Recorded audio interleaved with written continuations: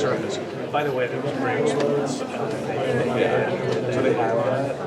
And some of them apparently were not ever seen as so I suspect that's just a lot of runway.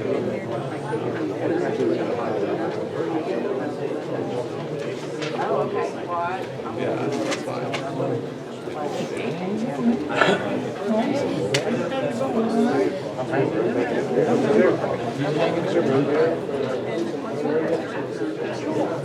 Oh, we got it.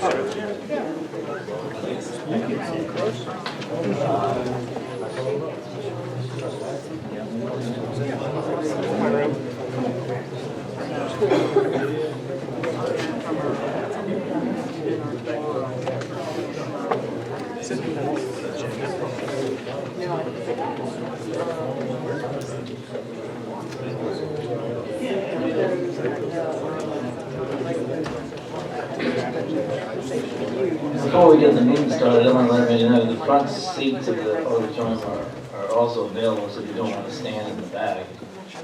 We got rid of the first row for some audio-visual equipment that's coming soon, but the whole front row is open. You just come through the gate, sit at the front if you want to sit down.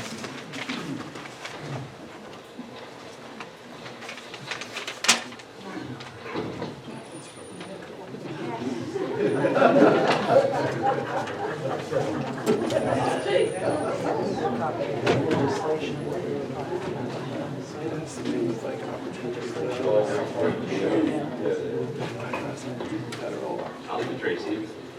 This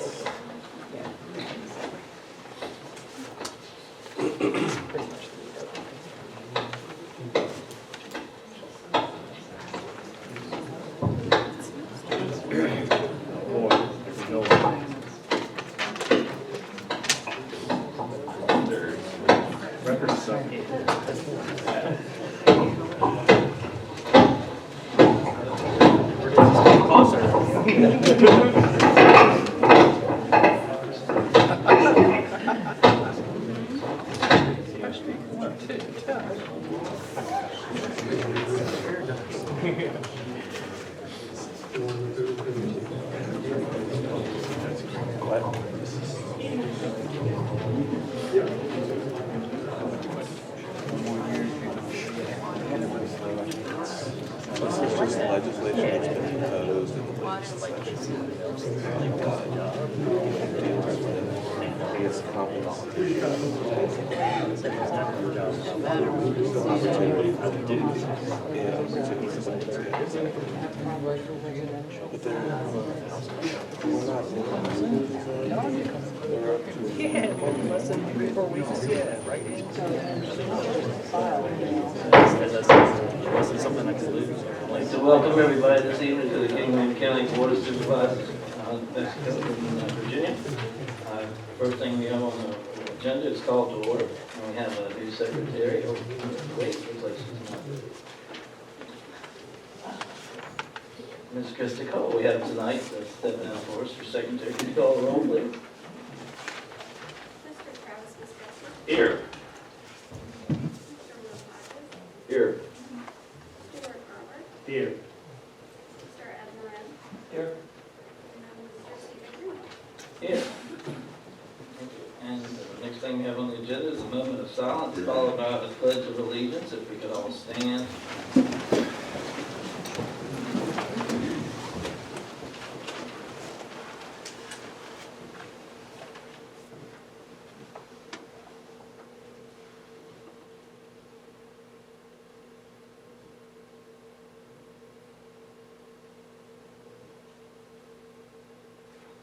Thank you.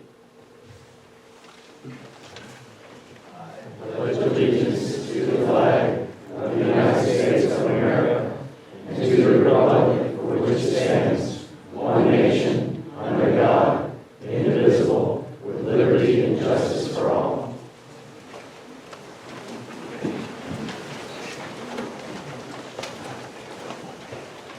Next item we have on the agenda is the review and adoption of the meeting agenda. Mr. Chairman, I would move adoption of the amended agenda that was passed out this evening. I'll second. We have a motion made and properly seconded. Ms. Cole. Yes. Ms. Cole, would you call the roll? Mr. Will Hodges.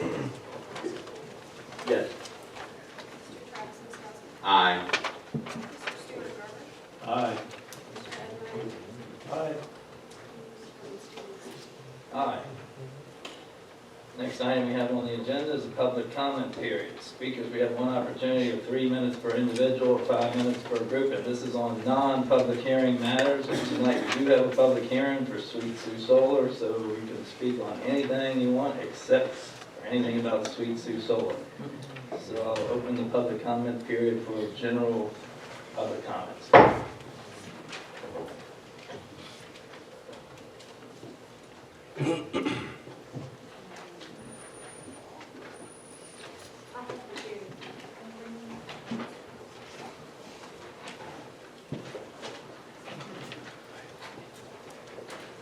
Davis, I'm the Executive Director of the Bacon Social Workforce Development Board, and tonight on your agenda, you have a resolution to appoint 2 individuals to serve on our local elected officials consortium. In the past, Mr. Earhart and Mr. Hanson were the representatives who represented King William County. We, Bacon Social Workforce Development Board, oversee the Federal Workforce Development Program, the Workforce Innovation and Opportunity Act. We cover the Fredericksburg, Wilmington, and Eastern Shore region. King William is within that region. We help to work with job seekers and employers to help upgrade individuals who need upskilling with their skills for workforce development. We can provide supportive services. We also work with some other agencies, partner with agencies, including the Employment Commission, Department of Rehabilitative Services, Adult Education, Department of Social Services, and community colleges. In the Middle Peninsula Rappahannock Community College is the provider of service for the WIOA Adult Dislocated Worker Needs Services. So I look forward to working with you. Our next meeting that the local elected officials will be asked to come to will be in February. The local elected officials do oversee our budget. They oversee RFPs and our local plans and our board membership. So the local elected officials appoint our board members. And for King William County, the board member is Danielle Robinson, and she does also represent adult education. And that's all I have. I gave all this information, has my contact information in there, so later on if you have any questions, please feel free to contact me. Thank you.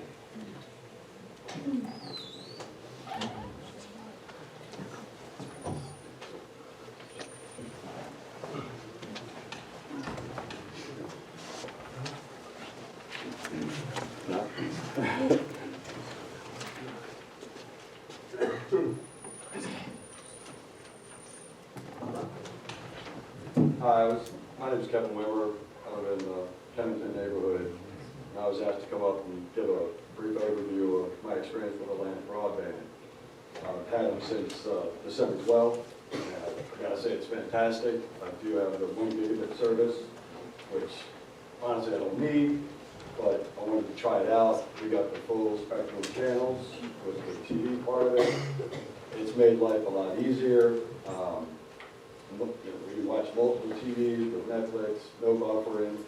Download times are incredible. I do get 980 download speeds, no problem, from the Wi-Fi. Working from home now on Fridays and sometimes on Mondays, I've got no issues with connecting and logging on. And I've had, the experience with the others before. What I had was 11 years ago, I had Verizon DSL, and that was killing. I had Verizon Wi-Fi after that, which, I had a 40 gigabit plan, and that got eaten up real quick with my 7-year-old. So, if anybody had any questions about other experiences, I can answer them real quick. I've had it, over a month. Billing, it's reasonable. I'm actually paying less than what I paid before between my DirecTV and my Verizon Wi-Fi, and that was even with, I actually work for Verizon Wireless, and there's a 50% discount off of that rate. So the cost benefits and the service are actually really good, and I can't wait to see other people get to it and experience it. So I know it's taken a while to get it done, but very thankful that it's here. Great, thank you. I was wondering, before you sit down, we don't usually talk, but since there's so many people here, would you be willing to say how much you pay for this? Because you have the full package. Yeah, I've got the max. I've got everything they offer, and it's $230 a month. Okay, so just letting everybody So, know, so that's the certainly you don't highest. have to go that route, they're much lower plans. Everybody else can probably get, the 100 gig, or 100 meg, or 400 meg, most totally happy with that. I got it Terabyte. for everything, I can see all my surveillance cameras, I have them in my house remotely now, I can check in with babysitter stuff, I've got 28 different devices all wired at the same time, and streaming is just fun. You don't need what I have, but I want to it's great. Yeah, where it's available. And I did talk to them a couple days ago about getting credit on my bill for the service and stuff. And when I talked to them, they said it was about a 4 to 5 week backlog. Just they were trying to get people hooked up. Even in our own neighborhood in Kennington, I think I'm only one of like 12 or 15 people that have it. So they're working on it. I hope you all get it. All right. Okay, thank you, Mr. Chairman. Anyone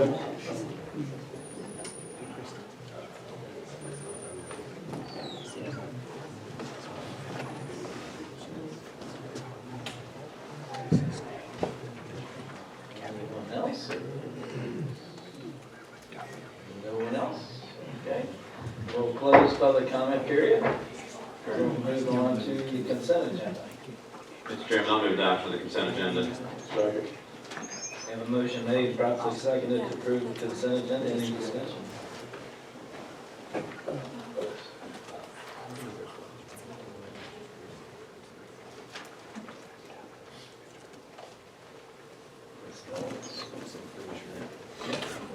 Any help? That's all right. Technical issues.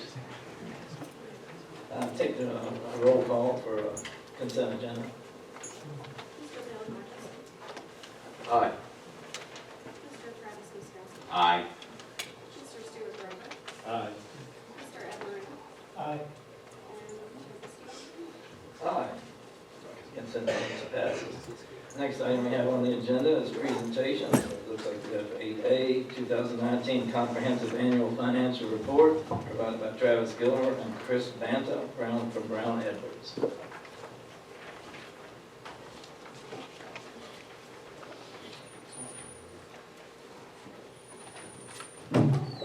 Well, good evening. My name is Travis Gilmer. I'm a senior manager with Brown Edwards, and I'm here to do the required public presentation for all audit for the county and school board for 2019. Before I get into our reports, I just want to thank the board for the opportunity to serve you. My experience running the job the past 4 years has been really enjoyable, and the financial staff are really good to work with.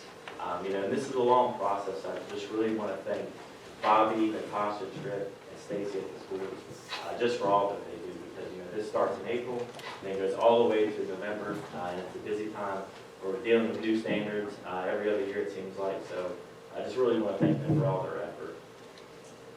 And so what I'd like to do is we have 4 deliverables that we issued, and I really just want to go at them at a very high level. I'll talk about them so you don't really have to look at any documents. I'll explain all the different financial information and why I think it's important to you.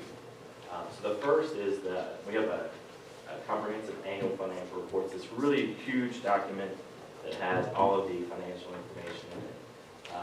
And they keep on getting bigger and bigger every year, just with all the standards.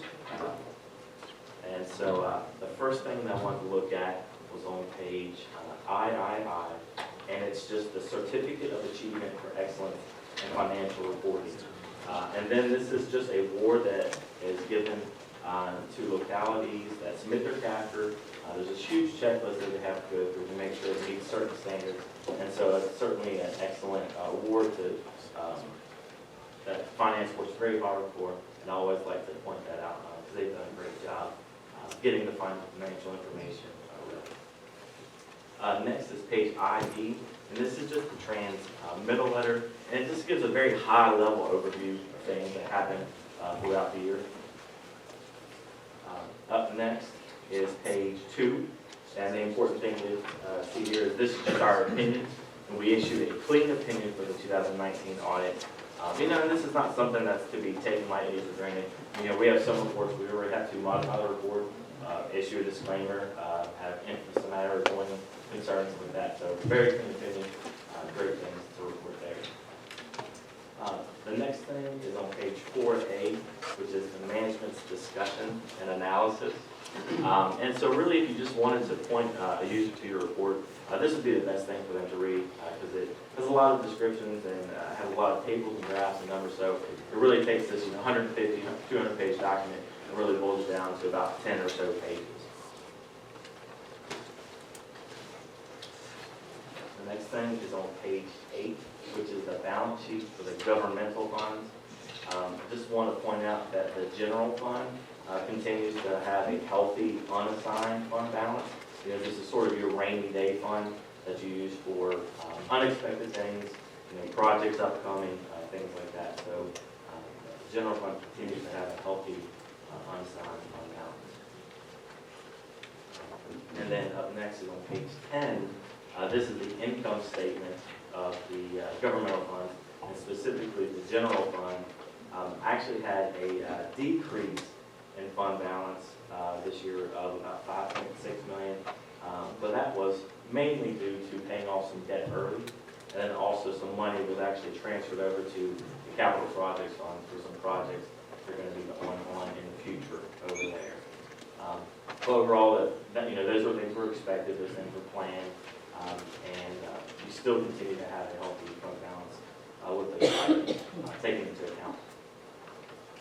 Really kind of jumping ahead to page 112. This is your principal taxpayers. And I like to point this out because, you know, you can kind of become dependent on certain taxpayers. And if they were to leave the county, what would be the impact? And so as you can see now, Rock 10 Container Plant LLC is approximately 10% of the principal taxpayers. So, you know, that number is, what's that? So Rock 10 Container Plant LLC is 10% of your tax revenue. So they're obviously a pretty significant taxpayer. If they were to leave the area, you know, you have approximately, I don't have the dollars or figures, we have the assessed valuation for what the actual tax would be. So that is a little bit on the higher side when you get to the double digits. You see 6 and 8%, but anytime you get to the double digits, it's kind of large. But the good news is down below that, the next one is just Nestle with 2%. So at least you don't have several taxpayers that are quite large. Kind of along the same line on page 118, this is your principal employers. So kind of along the same lines of, you know, who employs the most people in the county. And Alliance Group Rock 10 employs approximately 8% of total employment. And then you see nice diversification with King William County Schools, Nestle with 4% as well. So yet again, kind of approaching the double digits in terms of employment. Nothing to be alarmed about, but just something to be cognizant of, be aware of. It's nice to some see that information. And then on page 128, it's our yellow book opinion. And essentially this is part of the governmental understandings where we're required to look at internal controls as part of our audit. And I'll just note just a couple things here in just a second. And lastly, on this big document thing I want to talk about is on page 133. This is our scheduled findings and question calls.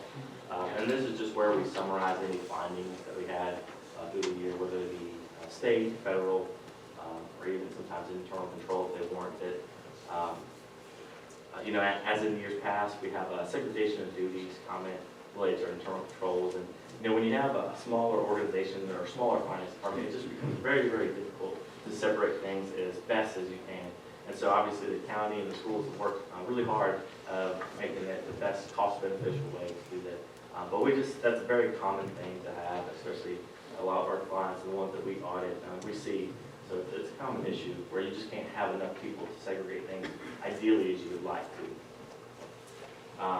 We continue to have a finding for audit adjustments. However, they're very minimal at the county, mostly at the schools, and we continue to see a ton of great progress there in the finance department. So just really want to give them a lot of credit. You know, from start to now, they've come a long way, has really done a great job preparing things for our arrival.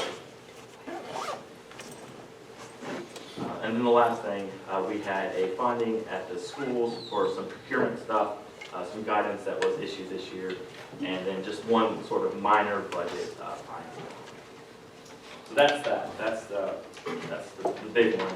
The rest of them is a little bit smaller, and I'll try to go through those a little bit quicker here for you. The next thing I have is the required communication to those charged with governance.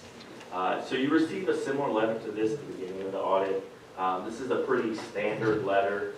Communicates things such as the most sensitive estimates, any assistance given, posted and unposted adjustments, disagreements with management, and other matters. So it's a pretty standard letter that all auditors will issue. Nothing significant or really important to notate there. The next thing is the comments on internal control and other suggestions for your consideration. The management letter, essentially. So, during our audit, we've become aware of various comments or recommendations, and we try to summarize them in this letter for the management and the board. And so on page 3, we just had a few new current year management letter comments related to wire transfers, bank reconciliations, and then a small segregation of duty item at the schools. And then on page 4 and on lists our prior year management letter comments and the status and the actions that have been taken on them. And overall, I really have to say that the county and schools have done a really good job working with this and doing the best that they can with the resources that they have to try and tackle this issue. We take internal controls very important, and we take them very seriously. And so we do kind of hit them kind of hard, but it's for the benefit of the county, the schools, and ourselves, because we never want to be in a situation where there were some weak internal controls and then your name's in the paper because someone was stealing and stuff like that. And so though our audit's not intended to detect fraud, we do try to hit internal controls pretty hard to at least identify areas that might be weak and stuff like that. So, but the county schools have really done a great job tackling any issues that we've found over the years. Because these letters can get extremely long, so counties and schools is in great shape. And then lastly is the financial analysis. And so this just breaks down the CAFR into a more meaningful format with bars, graphs, and sort of a 5-year sort of presentation. And there's really just 3 I just want to talk about. They're kind of the main ones that everybody wants to kind of see, but they find them kind of the most useful. The first one's on page 4. And so this is your level of budgetary fund balance. And so particularly on the right, there's this graph that's the months of expenditures in general fund unassigned fund balance. And so the national average is 2. And so you can see starting in 2015 through 18, 3, and then 4, and then close to approaching 5. And then this year it took a dip down to 2.31. So you are above the national average at 2.31. That dip, as we kind of alluded to before, was to pay off some debt early. You use some of your fund balance to pay some of this debt off early. And then also transfer some money over to some other funds to pay for some upcoming future projects and stuff like that. But you're still above the national average. So yet again, these things are kind of planned. It helps to kind of visualize where the fund balance kind of stands. When you take, some actions and you spend some of that money, you expect it that it's going to take a little bit of jump down. Next is on page 7 and 8. This is just the capital assets, how much life they have. Kind of helps indicate, are there any areas, any classes of assets that might be getting too low that may need replacing. And as you can see, there's no particular asset class that is too low. Nothing pops out to me that looks like it's going to need immediate replacing. But you always want to continue to think ahead and plan for the future. You never want to kind of get caught with surprises, because surprises obviously can be expensive. And then really the last thing that I wanted to point out that popped out to me as I was flipping through this is on page 11, which is the sales tax revenue. And so sales tax actually had a pretty nice bump this year with 13.8% or $132,000. So that was certainly a nice surprise, a nice jump from the past, really 4 years. It kind of leveled out, so there was a nice little jump this year. So hopefully we'll continue to see maybe some positive changes as well. So that's all I have. You know, I know it's a lot to kind of take in. You know, our purpose or intention is just to kind of go at this stuff very high level, point out things that should be important or meaningful to you, such as fund balance, and how things went through the year. You know, if you get a clean opinion, if we have any major findings or things like that. So, you know, I'd be happy to answer any questions if you have them. I have a question. Yep. On page 136 under the summary schedule. First of all, congratulations on the award. You said it was 36, right? Yeah, 136. Okay. I don't really want to mention it, but 2016-001, does that mean that that has been year over year since 2016, that particular So that, finding? the way that they want us to present this stuff is that anytime you have, let's just say it's segregation of duties. 2016 was the first year that we picked up the audit. And so this particular schedule is the summary schedule of prior audit findings. And so that's when this segregation of duties issue originally started with us. And so it carries back. And so you have in the forward, you can see, well, you can look down at the bottom and say, you know, current status is condition still present.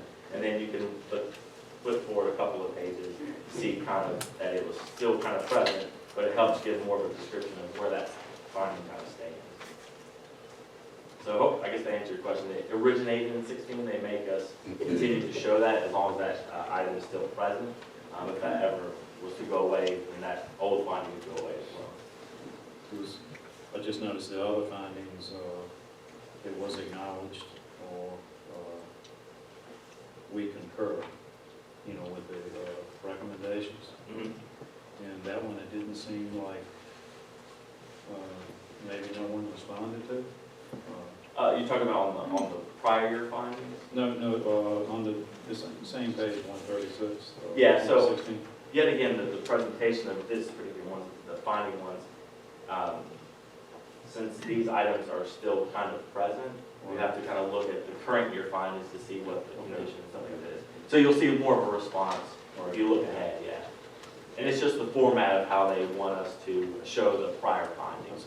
And they don't want us to sort of duplicate information if it's on the previous 2 pages.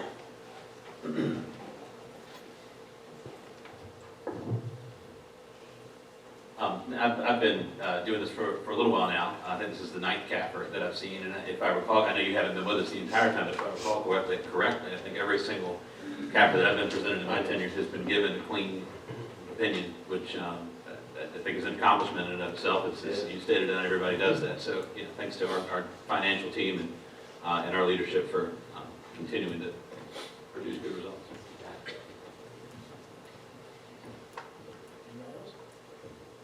Thank you. Thank you.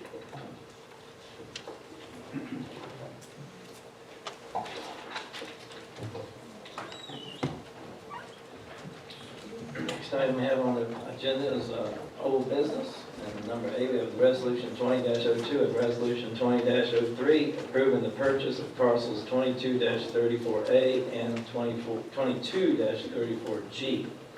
Ms. Bobby Tassinari, County Administrator. Gentlemen, what you have in front of you is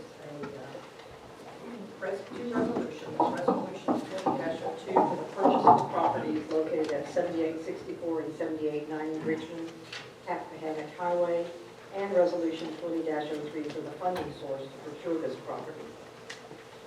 At the January 13th work session, I made you aware that the offer had been accepted by Dr. Lewis and gave consensus to bring this forward to the board. During that time, we have had a building analysis report done.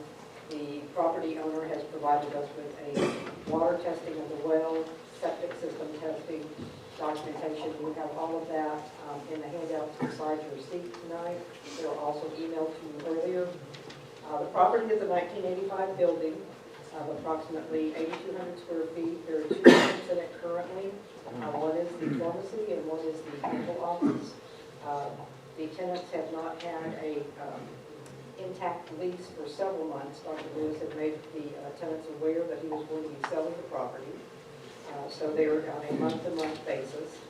Part of the offer that we made to Dr. Lewis was that the tenants would be able to stay in place for up to 6 months upon closing, and our closing is scheduled for February 6th if the approvals are given tonight.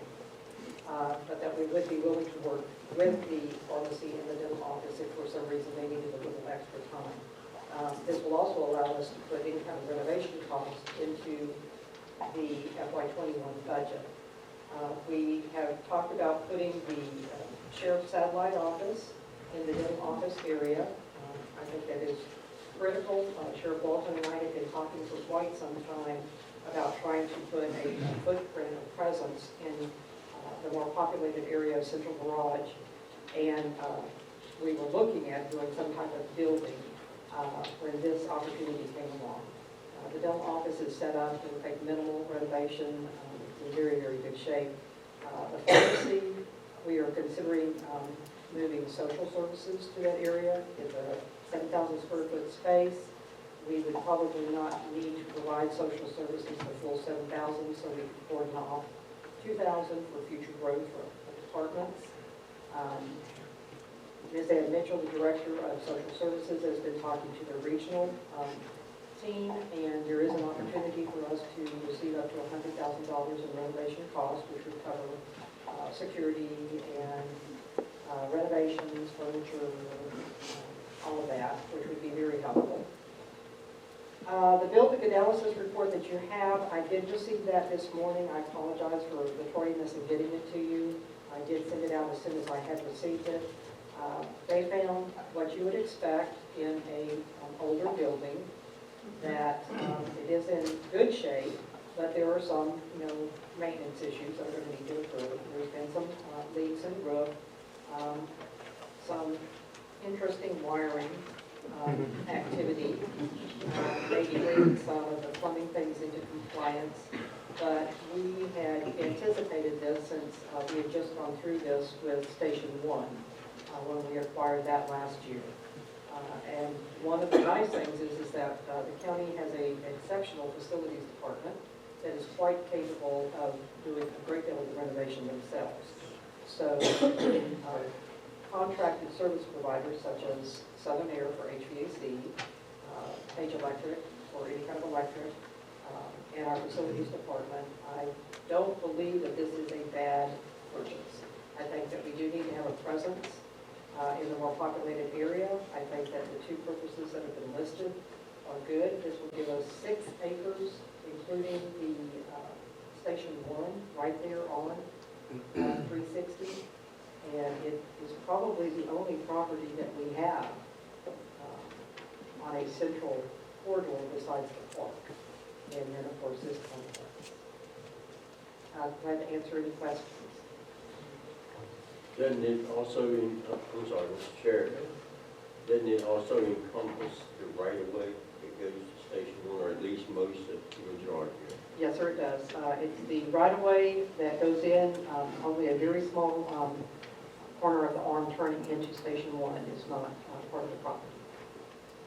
And a follow-up to that, Mr. Chair, is with the property that you have, from what I understand, you could turn that and make it all on the property, correct? That's correct. I've asked all my questions about the previous discussion. Well, I'm glad we got the building inspection. I do see a couple of things. It is a good, I guess you do know that the roof is double shingle, and generally speaking, all that's gonna have to come off when it is re-roofed. I don't know whether that can be repaired without, and the stuff that I found out about the existing septic, and probably the health department's gonna require an engineer to look at that system, because it's rated at, I think 200 gallons a day. And it's going to be dependent upon the amount of traffic in that building and the number of people that occupy it. I mean, that's just something to consider. That's pretty much it. I'm just glad we got this. If I may, Mr. Chairman, one of the nice things about this property is that for a building of this age, it actually has a secondary drain field that's already been designated by the health department, which is uncommon. So that would be a great help if we have to make any kind of changes to the septic system. Yes, the obvious question, we're going to lose a pharmacy, or is there any indication they may relocate? Do we know that yet? I do not. I did not really want to speak with the tenants until I got formal approval tonight, and then we should be closing the first part of February. We will do what we can to help the pharmacy find other property. I have heard that they are interested in staying here. That's why I wanted to give both tenants the opportunity to have a flexible leave day so that we're not rushing them out the door. We do have limited space, though, that is available. I know that there's a space over on the Food Line Shopping Center and a space on Sharon Road over the healthcare area. And I believe that West Point may have pharmacy space. That is correct, but I wasn't going to bring that up in case the negotiated that. Chair, I make a motion that we accept the resolution or approve resolution 20-02, the purchase of the real estate located in King William County identified as tax map number 22-34A and tax map number 22-34G. Have a motion? I'll second. Have a motion, and it's been properly seconded. Ms. Cole, could you call roll, please? Mr. Hodges. Aye. Mr. Miskowski. Aye. Mr. Garber. Aye. Mr. Moran. Aye. And Chairman Stewart. Aye. Resolution passes. Next item we have on the agenda is resolution 20-04 to approve additional fire and emergency medical services personnel and fiscal year. Oh, wait. That's right. Excuse me, just a second. You can still stand there if you want. On the second part of that, we need to do the funding for the purchase of the tax parcels 22-34A and 22-34G. So I'll move approval of resolution 2003. Yep. Have a motion? I'll second. Have a motion properly seconded to pass resolution 20-03. Ms. Cole? Mr. Hodges. Aye. Mr. Miskowski. Aye. Mr. Garber. Aye. Mr. Moran. Aye. Mr. Freeman. Aye. Funding passed. Yeah, we can move on. Yeah, Ms. Nolly is. Good evening, gentlemen. I am bringing to you resolution 20-04 to amend the budget to allow us to hire 3 more full-time firefighters. The reasons for this were brought to you on January 13th. We talked about how it would help increase our service to the public, how it would help give our current firefighters a little bit of a needed break. Excuse me. The addition of the staff will also help with the overtime needs. Respectfully, the county administrator, myself, the chief, and our staff are requesting that the Board of Supervisors approve 3 fire medic positions to be funded out of the general money. Excuse me. Projected cost associated with this is $75,225. This entails 6 months of base salary for 3 positions of $63,750 and associated benefits of $11,475. So annually about $150,000. Yes. Any questions for Ms. Nolly? Yes, Chief, what's the current status of the existing 6 full-time positions? Are they 100%? They're 100% and they're 100% certified and functioning. So that has just obtained, correct? Yes, sir. Okay.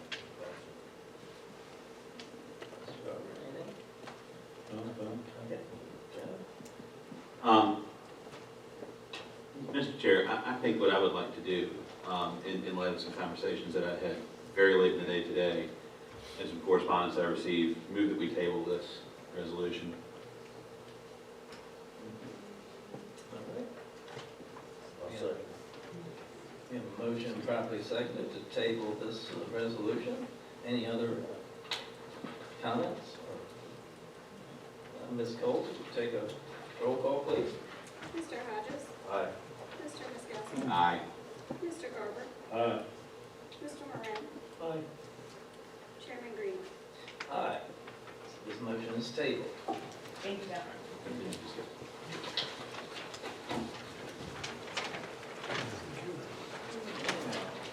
Next item on the agenda is public hearing and consideration of ordinance. This is right number 110.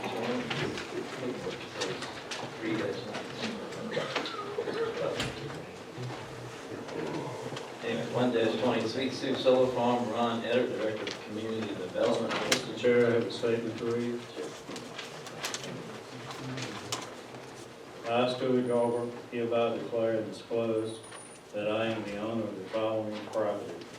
Address 1757 Enfield Road, Taylor, Virginia, parcel number 1958, that is adjacent to the property that is subject of the application Sweet Sioux Solar Conditional Use Permit 03-19, and may realize a direct or indirect detriment as a result thereof. Therefore, in an abundance of caution, I will disqualify myself from any involvement in this application as required by the Virginia's Conflict of Interest Act. Thank you, Mr. Garber. Wait, Ms. Testimony.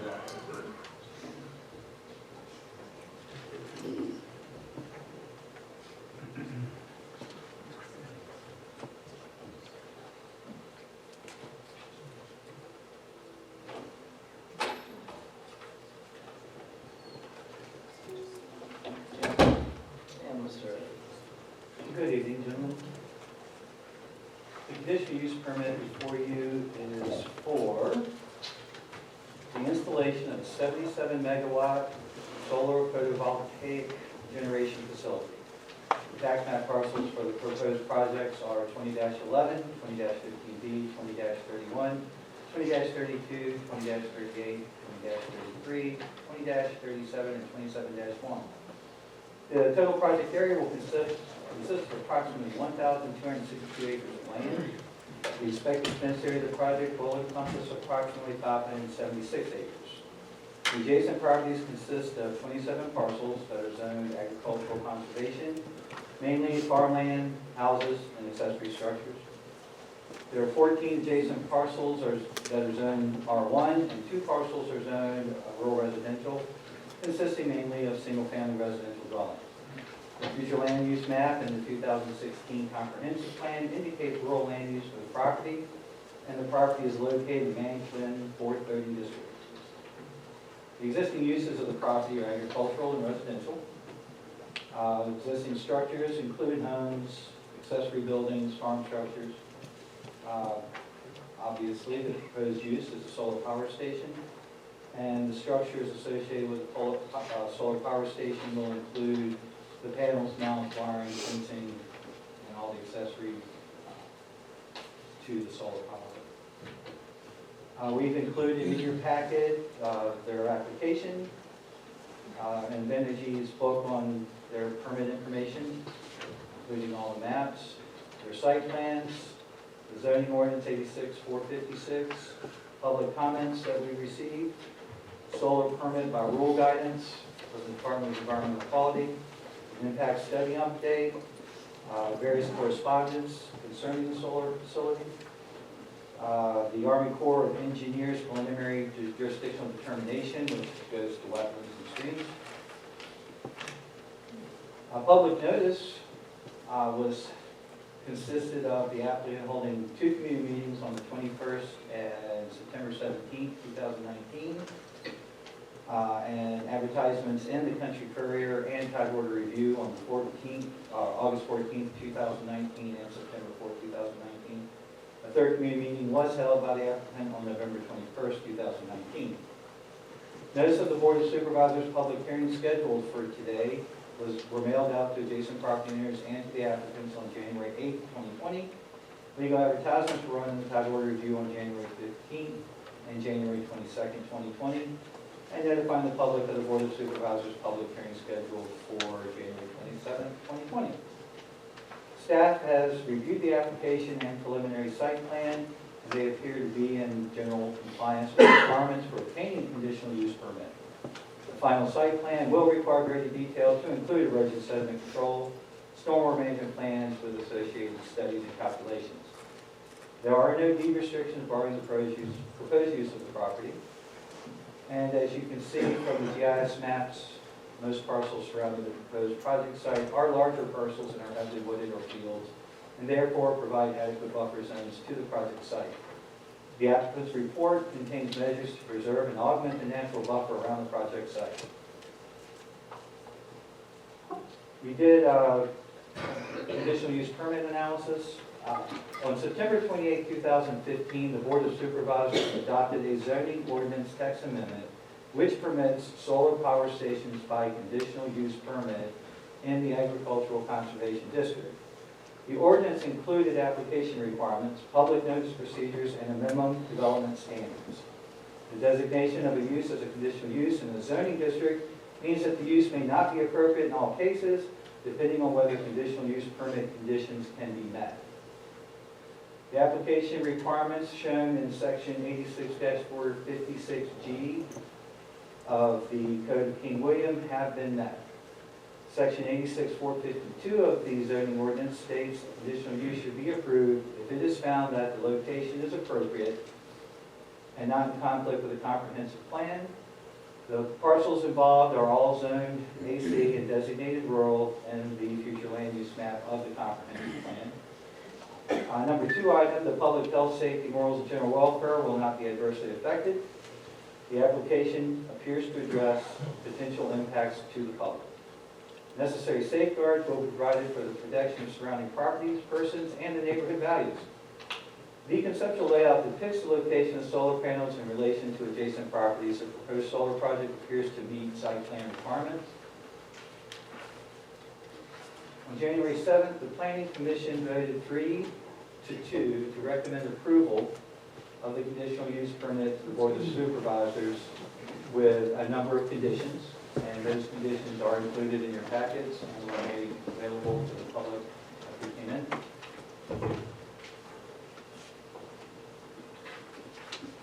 And Invenergy is here tonight to give their presentation so that y'all can see exactly what they're proposing to do.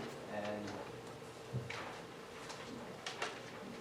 I'm open to any questions, or we can hold the questions until after Invenergy's presentation or public comment, however you choose to do it. One question. Mr. Eder, on page 2 of 11, the conditional use permit analysis, sentences 2 and 3, you use the term the application appears to address. That can say it can and cannot. I'm interested in your use of the word appears to me. Is that standard? It's the way I talk. But no, it appears to be because this is a preliminary site plan. So everything they depict on that does appear As on, presented, it appears to me. as it appears, it meets such requirements. Anybody else? I had sent forth some concerns probably about a month ago. One of them that you and I discussed specifically were inspections and some of the things that I had learned in talking with other people who had solar facilities go up in their jurisdictions, and particularly Spotsylvania, and the costs that they were incurring for the ongoing inspections on that. We had discussed, MS4 versus opt-out and how those things might affect what we experience on our end. We get the clarification on what we're up against. Is this going to be DEQ's problem? Is this going to be our problem? And if it's our problem, Did we adequately covered our costs? Yes, sir. If you look at condition 18, that one talks in terms of the board will approve, the applicant shall pay a supplemental fee as determined by the board of supervisors. And also within the erosion sediment control portion of the conditional use permits, they will also have to pay supplemental fees for the inspections. Okay. The final cost, of course, will be dependent on how much it costs for third-party inspections on these.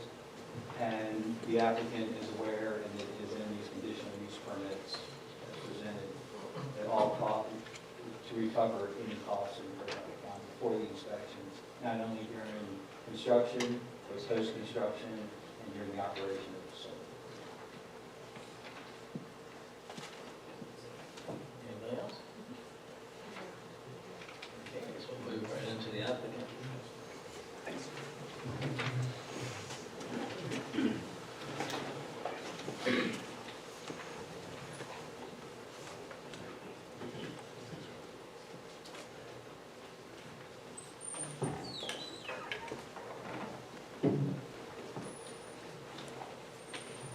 Thank you, Ron, for the overview, and thank you to the members of the board for the opportunity to present more information regarding the project. Excuse me, if you could hop on over to the next slide, please.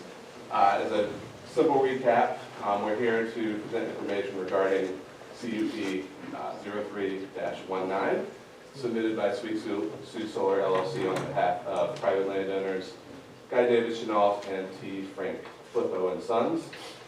The applicant is requesting approval of the CUP application for a 77 megawatt solar generation facility with an expected panel footprint of 576 acres located in Aylett, Virginia. Next slide, please. The application was originally submitted in August of 2019 pursuant to King William County Zoning Ordinance 86456G, which was adopted, as Ron mentioned, in September of 2005 by the Board of Supervisors. Under current zoning, solar power stations are permitted, a permitted use in the agricultural conservation district where these properties are located. And as I'll demonstrate in this presentation, this project is designed in compliance with the aforementioned ordinance and in harmony with the 2016 King William County Comprehensive Plan. The Planning Commission has issued 2 recommendations for approval for the project at this stage. First, in October of 2019, which, due to a procedural error, was ultimately sent back to the Planning Commission, at which point in January, the Planning Commission voted to recommend approval a second time. The Planning Commission has placed 18 reasonable conditions on the permit, some of which are detailed here. They include enhanced location standards, enhanced setbacks and buffers, decommissioning obligations and requirements, erosion and sediment control, stormwater management requirements, and as Ron just detailed, supplemental fees to cover the costs of plan reviews, monitoring, inspections of construction operation, and decommissioning. As previously mentioned, the project is designed in compliance with the existing ordinance governing development standards for solar power stations. Some of those standards are detailed here on the slide. These standards are further enhanced by the conditions recommended by the Planning Commission, and we are fully prepared to comply with all of the conditions proposed. Next slide, please. Before I get into more detail on the project, I'll give some background on Invenergy, as some of you have not had an opportunity to hear this information. We are the largest privately held renewable energy developer and operator in the world. We have over 1,000 employees, 11% of which are military veterans, and over 150 projects developed worldwide. We manage and operate over 10,000 megawatts of power generation across the world and have deep experience necessary to responsibly and successfully design, develop, construct, and operate projects like Sweet Sioux Solar. You can see some of the carbon offset impacts. If you jump back one slide, sorry, Sherry.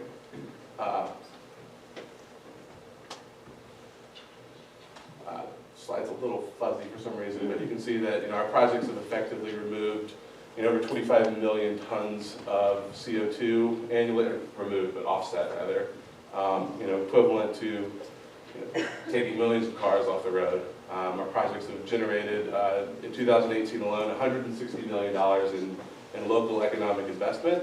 $1 million has been allocated to cause-based organizations in 2018, and we have engaged in 20,000+ hours of fleet safety training that year. Just a couple of metrics to indicate, the scope of what we're capable of doing and what we're currently doing and what we intend to do in King William County. Let me jump down to the next slide, please.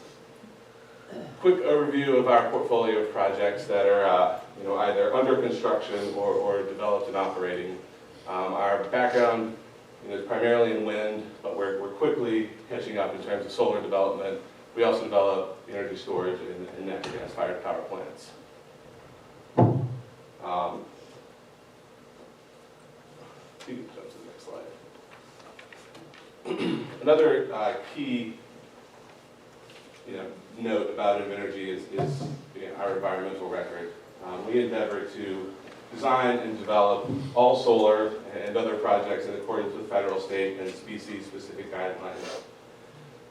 In designing our projects, we collect and utilize data regarding species of concern, their habitat, and other sensitive features in areas like wetlands and resource protection areas.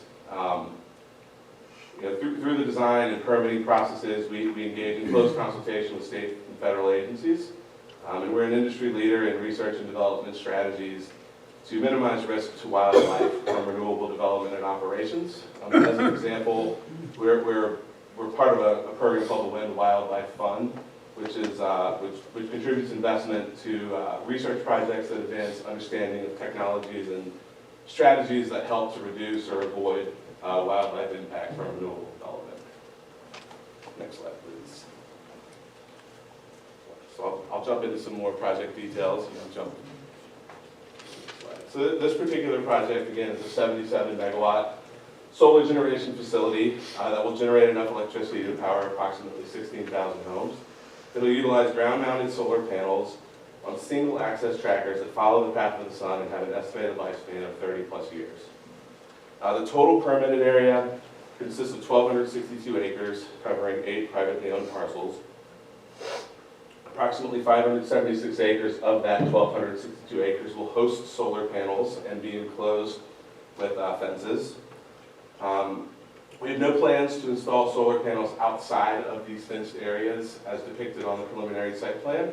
And in fact, the preliminary site plan represents an overbuild of the facility, and when fully and finally engineered, we anticipate the panel footprint to be reduced.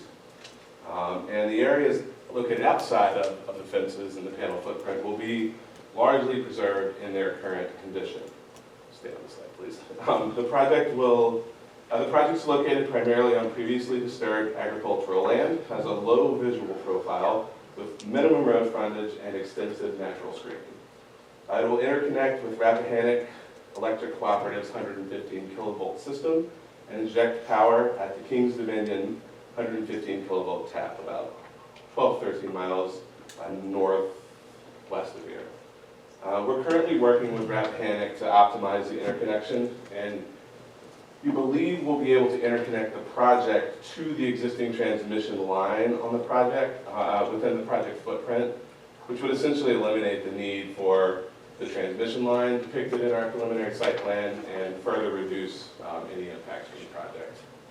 We're still working through that analysis with Rappahannock, but it's looking like our interconnection will change in that sense, which I think is beneficial in the fact that it represents a reduction in potential impacts from project development. Next slide, please. So this is an image of the preliminary site plan that was submitted with the permit application, and demonstrating that it's in compliance with the subject ordinance governing preliminary site plans. It again shows the individual panel areas to be fenced, planned access points off of Enfield and Manfield Road, substantial setbacks of panel areas from nearby residences, roadways, wetlands, and resource protection areas. It also depicts where we anticipate additional landscaping will be required for screening purposes. Just also want to reiterate that a final site plan will be required for the project, showing a higher level of detail, as Ron mentioned, including erosion, sediment control, and stormwater management plans. However, that site plan will have to maintain substantial conformity with the preliminary site plan. The county will have to approve the final site plan before any construction permits can be issued for the project. Next slide. Next slide, please. So for the project, we'll use crystalline silicon panels, which are non-hazardous, safe to the touch, and we'll use a single access tracking system, as I mentioned before. The panels will be mounted 6 to 8 feet off the ground on racks that are attached to steel piles, which are driven into the ground. The panels are silent, emit no noise, no smell. The inverters will produce a quiet hum, but no sound above ambient noise levels will be heard outside of the project's fence. The panels do not produce glare, as they're designed to capture ambient light and use textured glass and anti-reflective coatings to do so. And again, the single axis trackers will orient the panels perpendicular to the sun, further reducing the potential for glare from the site. Next slide, please. To date, we've engaged in extensive community engagement, as Ron recounted. We've been engaged with the community since June of 2019, when we met with adjoining landowners to discuss the project prior to submitting our permit application. Our goal in those meetings was to answer questions, share information, and hear concerns from those particular landowners. We did, at the time, offer those landowners good neighbor agreements, which are an opportunity for those landowners to participate in the project and receive financial compensation for doing so without having any project facilities located on their land. We held 3 community meetings to continue that engagement on a broader basis. We advertised those meetings in both the Tidewater Review and the Country Courier to broaden the scope and reach a wider audience than is required under the current ordinance in King William County. We sent notice letters directly to adjoining landowners and the Community Development Department. We aggregated and provided letters recounting community feedback to the Community Development Department following the meetings, and we're continuing our outreach efforts to today. We remain available to meet directly with any concerned citizens or concerned officials to discuss the project further. Next slide, please. Lastly, well, not quite lastly, but for the project overview. This slide represents what I call the permit gauntlet that a solar project has to go through in Virginia before you can actually move dirt and put a shovel to the ground. As you can see, step 1 here is the conditional use permit. It's the gating step for all of the subsequent approvals and permits required to get to that point with the project. Local approval is a prerequisite for the permit by rule that we must obtain from the DEQ for the project. We have to obtain a permit for stormwater discharges during construction from the VSMP, the Virginia Stormwater Management Project Program. And that will require approval of an erosion and sediment control plan by the county and DEQ approval of a stormwater management plan. We'll also obtain Section 401 water quality certification from the DEQ and a Section 404 permit from the U.S. Army Corps of Engineers. Lastly, we'll have to submit, again, the final site plan for approval by the county prior to the issuance of any land disturbance or building permits. Again, I'd like to reiterate, the conditional use permit is the first step in this process. It only pertains to the use of the land involved, not the laundry list of other considerations which the aforementioned permits and approvals are designed to address. Next slide, please.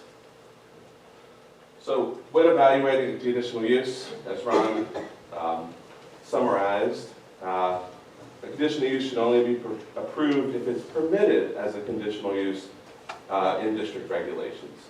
A solar power station is expressly mentioned as an acceptable conditional use in the agricultural conservation zoning district according to the table of permitted uses in section 86-171 of the King William County zoning ordinances. Next slide, please. standards and considerations that go into evaluating conditional use. Again, I'm repeating Ron here, but I think it's worth repeating. Conditional use should only be approved if its location is appropriate and not in conflict with the comprehensive plan. It should only be approved if the public health, safety, morals, and general welfare will not be adversely affected. It should only be approved if the necessary safeguards will be provided for protection of surrounding property, persons, and neighborhood values. In the remainder of this presentation, I'll demonstrate how this project will meet all three of those standards. Next slide, please. So discussing an appropriate location, of course, we've established the land is located in the AC zoning district, which is a conditional use permitted under county ordinance. The project meets the size and coverage requirements of new condition 1A, which limits projects to a footprint no greater than 1,500 acres with no more than 65% coverage of that larger scope with the facility itself. And here we're well within those confines at 1,262 acres total with anticipated 576 acre panel footprint. Again, the location is appropriate because this site is naturally screened from view by existing vegetation on most sides. Condition 1E requires that we maintain a 100-foot buffer from adjacent properties, which we've incorporated into the design of the facility, and a 12-foot minimum wide portion of that shall be landscaped with evergreen and deciduous mix. Within that, we have an ongoing obligation to provide new plantings where the vegetative buffer is disturbed. And the new condition 1G imposes a requirement for a landscaping maintenance plan that will also require the posting of a performance bond reflecting the costs of landscaping maintenance associated with the project.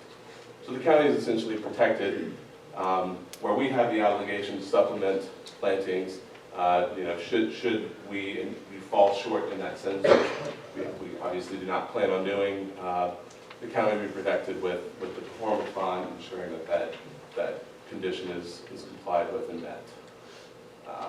Next slide, please. The location is appropriate further because we've incorporated setback requirements and exceeded those requirements in the design of the site. As you can see, ordinance requires setbacks from 100 feet from adjacent lot lines, 400 feet from residential dwellings, 100 feet from road rights of way, and 100 feet from wetlands and resource protection areas.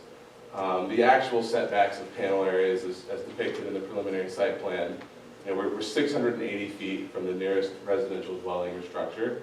We're 300 feet from infilled road with one small portion of the facility, and we're over 2,000 feet from infilled road with the balance of the facility, and we're over 2,500 feet from infilled road with any of the panel areas. Again, with regard to the location, we're using primarily agricultural lands that have been previously disturbed, and we are committing to buffering a minimum of 100 feet from all wetlands and resource protection areas. Next slide, please. The use should be in harmony with the comprehensive plan to be approved. These are three long-term goals and objectives identified in the comprehensive plan that are met by the facility. The first being that it promotes the development of a diversified commercial tax base. This addresses a weakness that's expressly identified in the comprehensive plan. A small commercial tax base is mentioned, resulting in higher real estate taxes and less money available for services. This project has the advantage of expanding that tax base without requiring any additional services. The use provides for orderly and timed development of land consistent with the county's ability to provide services. Again, this is meant to address a growth opportunity identified in the comprehensive plan. There's abundant land available for development in the county, and development of this particular land with this project serves to meet that goal. Lastly, it balances the protection of natural resources to maintain environmental health and quality while utilizing the same for economic development. Rigid state and local permitting and agency consultations will be involved in this process. It'll afford protections to adjoining lands and natural resources that are not currently imposed on the agricultural use of the land. All while providing decades of revenue to the local landowners, the county, and furthermore the Commonwealth. Next slide, please. Additional goals from the comprehensive plan that are met by the approval of this use. Local sourcing and hiring. We've represented and committed throughout this process to use best efforts to engage contractors that will hire and source locally. The project will expand and diversify the economic base and lessen tax burden on individual landowners. I believe the stated goal was a shift from 6% to 10% commercial tax base. The property will add tax revenue as compared to the current use in the form of M&T tax, rollback taxes, and increased real property taxes. I'll detail those a little bit more greatly in a subsequent slide. The project will provide opportunities for new engagement with permitting authorities, helping to promote collaboration and communication with state agencies. And lastly, it will have the benefit of attracting and expanding attracting new and expanding existing commercial enterprises in the county. Ancillary services will pop up, as solar development grows in the state. There will be opportunities for vegetative maintenance services, for folks to start labor and contracting companies that can support these projects and the construction thereof. Again, so furthering these workforce and economy goals outlined in the 2016 comprehensive plan. Next slide, please. On the new county tax revenue, quick overview here. M&T tax, with which many of us are familiar. It's levied on machinery and tools used for manufacturing, mining, and processing. According to the Virginia Code, the applicable tax rate is the real estate tax rate for King William County, which I believe is currently 0.86%. Based on an anticipated project cost of $100 million, we estimate the project will generate just over $2.8 million over the course of its 35-year lifespan, which amounts to an average of about $80,000 per year. The underlying real property tax will increase as a result of the project as well. The property would be removed from the land use program, and doing so would require the payment of estimated rollback taxes amounting to $80,000. In addition to that, future real property taxes will be based on market value, not land use, resulting in an increase of $20,000 annually in that tax burden. Those figures were provided by the Commissioner of Revenue, and the total impact from those increased real property taxes we estimate to be about $780,000 over the course of 35 years. Lastly, next slide, please. We'd highlight again the local economic benefits. 300 construction jobs are expected. Non-technical labor jobs are often locally sourced for solar projects, and we'll endeavor to do the same for this project. 1 to 2 permanent operations and maintenance jobs are expected. So these are full-time equivalent numbers, and staffing can be completed in a variety of ways depending on who owns and operates the facility.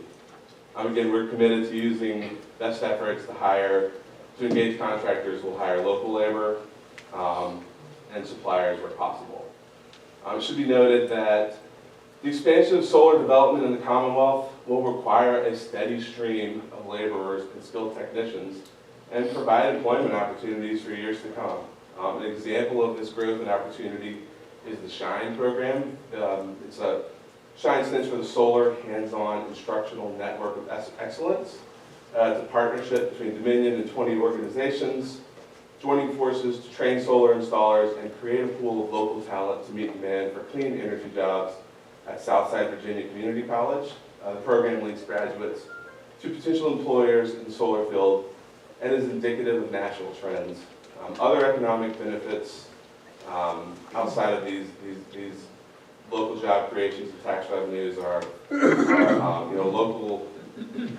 further local investment through taxes, landowner payments, wages, benefits, and indirect economic benefits, which we estimate to exceed $40 million, supported by an economic impact study, which we've provided to the county. Next slide, please. The second consideration, in addition, after location and harmony with the comprehensive plan that should be considered here is, whether or not the project has an adverse effect to public health, safety, morals, and general welfare. We hold the position that the permit should be approved because it does not adversely affect public health, safety, morals, and general welfare. First and foremost, panel safety. Again, we're using panels that are safe, present no hazards to the surrounding area. The modules generate DC electricity, which is quiet, non-odorous, and safe to the touch. The panels are composed of glass, aluminum, copper, silicon, and trace amounts of conducting materials like silver. We'll use no panels, thin film panels, or panels containing cadmium telluride.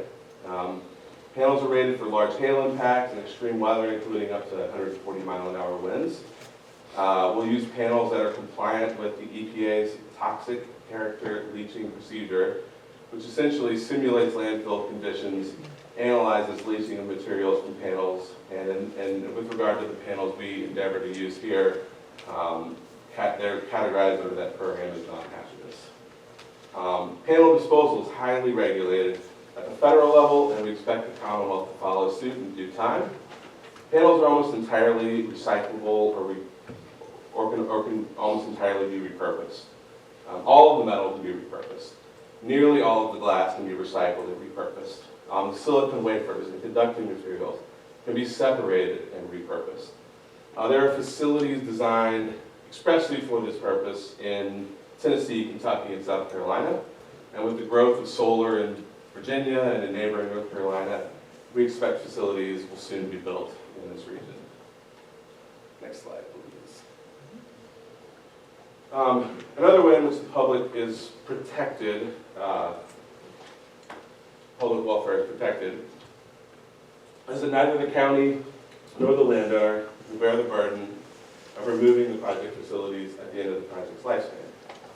We have a contractual decommissioning obligation in our lease agreements, and state law and local ordinance require that we enter into a written agreement for that purpose with the county.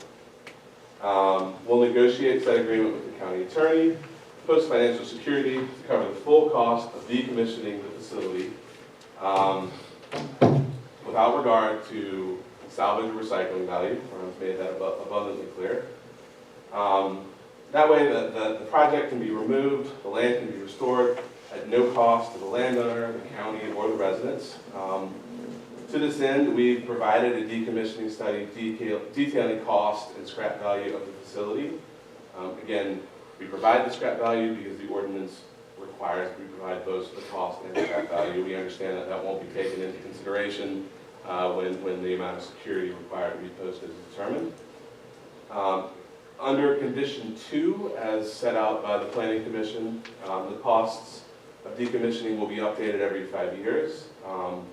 And the county can then adjust security value based on those updated costs. Lastly, traffic management, road maintenance and restoration, construction hour limitations, those have all been extended under conditions 12, 13, and 15 to apply to decommissioning in addition to construction.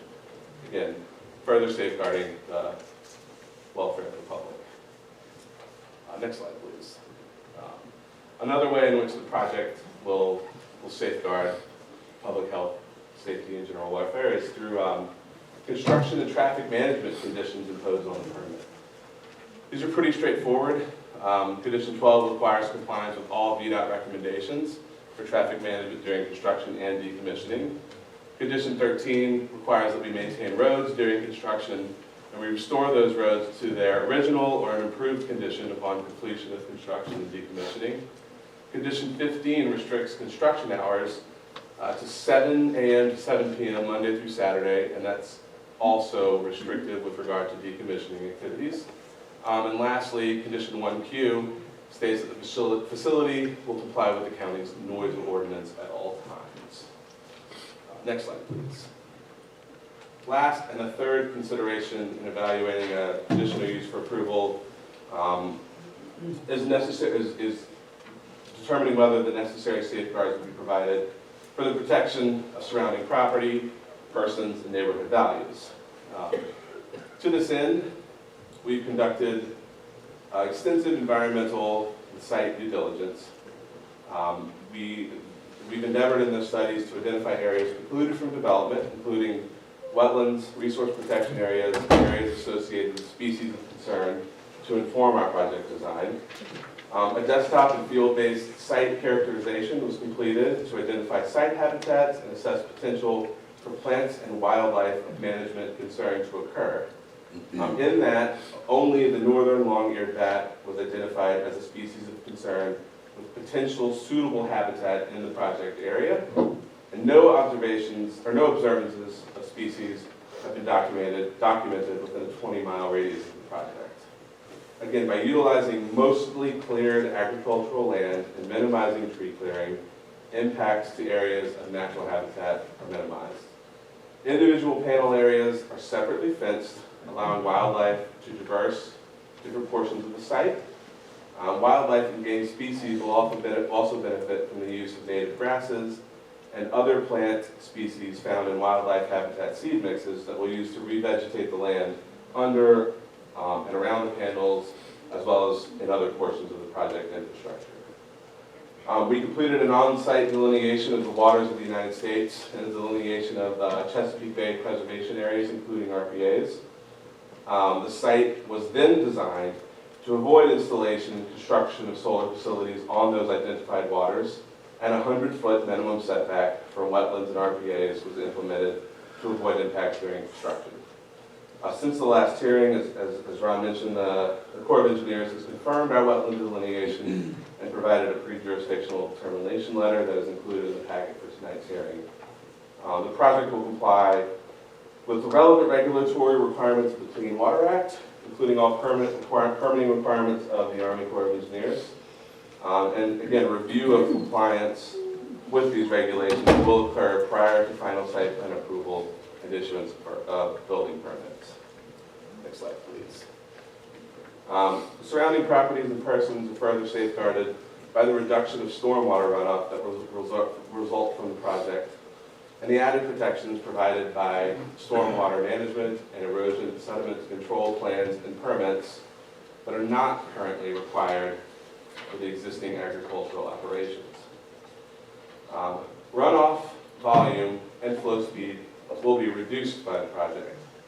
We completed a hydrology study that analyzes on-site and off-site drainage for the project in order to avoid placing electrical facilities in flood-prone areas and to design the site in a manner that maintains or improves drainage conditions in accordance with federal and state regulations. Construction of the site requires limited grading, which will allow substantial preservation of existing drainage divides. The site will also benefit from a change of use from row crop agriculture to a meadow-like condition. After construction, pursuant to condition 1G, the site will be revegetated with non-invasive native species and maintained according to the aforementioned landscape and maintenance plan secured by a performance fund. For solar projects in Virginia, the surface underlying the solar panels is considered pervious for stormwater calculation purposes. The change in use represents a 40% reduction in stormwater runoff and flow rate for a 100-year storm event, and is even greater for 1 and 10-year storm events. Next slide, please. Again, speaking to the ground cover that we'll plant on the site, to the left side of this diagram, you see corn and soybean and the shallow root leaves associated with those crops. The types of forbs and native grasses that will be planted pursuant to the condition imposed by the Planning Commission, their roots grow to a substantially deeper depth.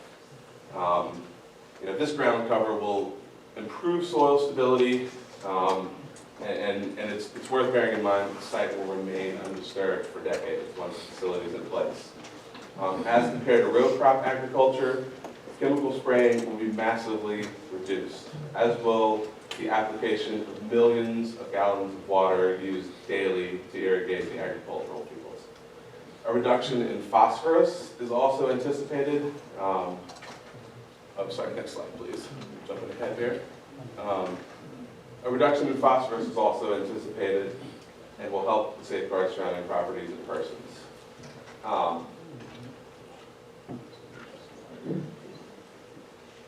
Again, surrounding properties and persons will be safeguarded by virtue of the stormwater management and erosion sediment control plans and related permits and approvals required for the project to move forward. A construction general permit will be required for the project from the BSMP, which requires both a DEQ-approved stormwater management plan and a county-approved erosion sediment control plan. The stormwater management plan will ensure compliance with DEQ standards regarding the quantity and quality of stormwater leaving the project area. The erosion and sediment control plan will outline controls to be implemented on the project to protect downstream properties, wetlands, and waterways from construction runoff. Examples of controls include silt fences, sediment basins with riser structures, construction matting to stabilize the ground while allowing grass to grow, and diversion ditches to direct water to sediment basins. Condition 11 imposes a heightened standard that limits areas of disturbance to 25% of the site and requires stabilization of those disturbed areas prior to releasing additional areas for disturbance. Again, further reducing the possibility for any sediment runoff or washout or erosion issues. Condition 16 requires a facility stormwater pollution prevention plan, which is also a heightened standard that will further safeguard surrounding properties and persons. And again, as was discussed before the presentation, the fees will be paid by the applicant to cover the cost of plan review and inspection. And at this time, I just would like to mention that I brought with me today Sean Willow, who's with Kimley Horn. He's a civil engineer that's been involved in the design and planning of the project from the outset. He's available to answer any technical questions related to stormwater management, erosion sediment control, or other civil engineering considerations. Lastly, a final safeguard that's been imposed. Next slide, please. Sorry. A final safeguard that's been imposed deals with dam safety. The condition requires consultation with the DCR Division of Dam Management Safety and Floodplain Management. An initial inspection has occurred with regard to the 2 on-site dams, and the DCR engineer involved indicated that a dam break inundation zone study will be required, showing how the breach of a dam would affect downstream properties and water bodies. He indicated that the dams will likely be rated low or low special hazard, and that compliance will require an emergency preparedness plan, minor improvements to dam infrastructure, including removal of trees and revegetation of grasses. Again, we've held out and maintained throughout this process that we'll take all necessary steps to ensure compliance with this condition and all other conditions proposed for the project. I think it's clear that the 3 primary considerations involved in evaluating conditional use are met by the project, if not exceeded by the project. But again, happy to answer any questions with regard to the planning, design, plans for construction and implementation that you might have. Next slide, please. Lastly, just like to address a few common misconceptions about solar development that we've heard throughout this process. We've addressed the legitimate concerns, and I think now these concerns warrant quick discussion.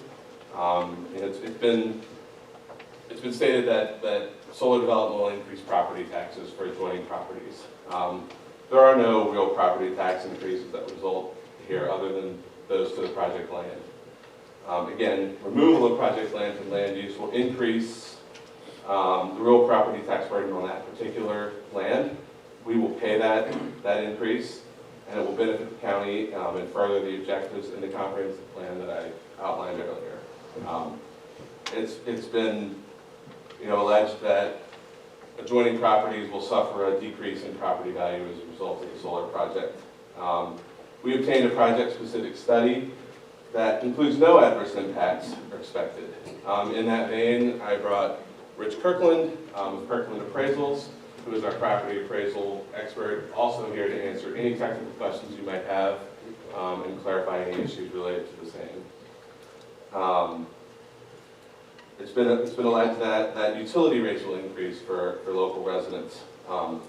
Despite what was printed in the Tidewater Review, the project is not selling power to Rappahannock Electric Cooperative. We're only interconnecting at their existing facilities.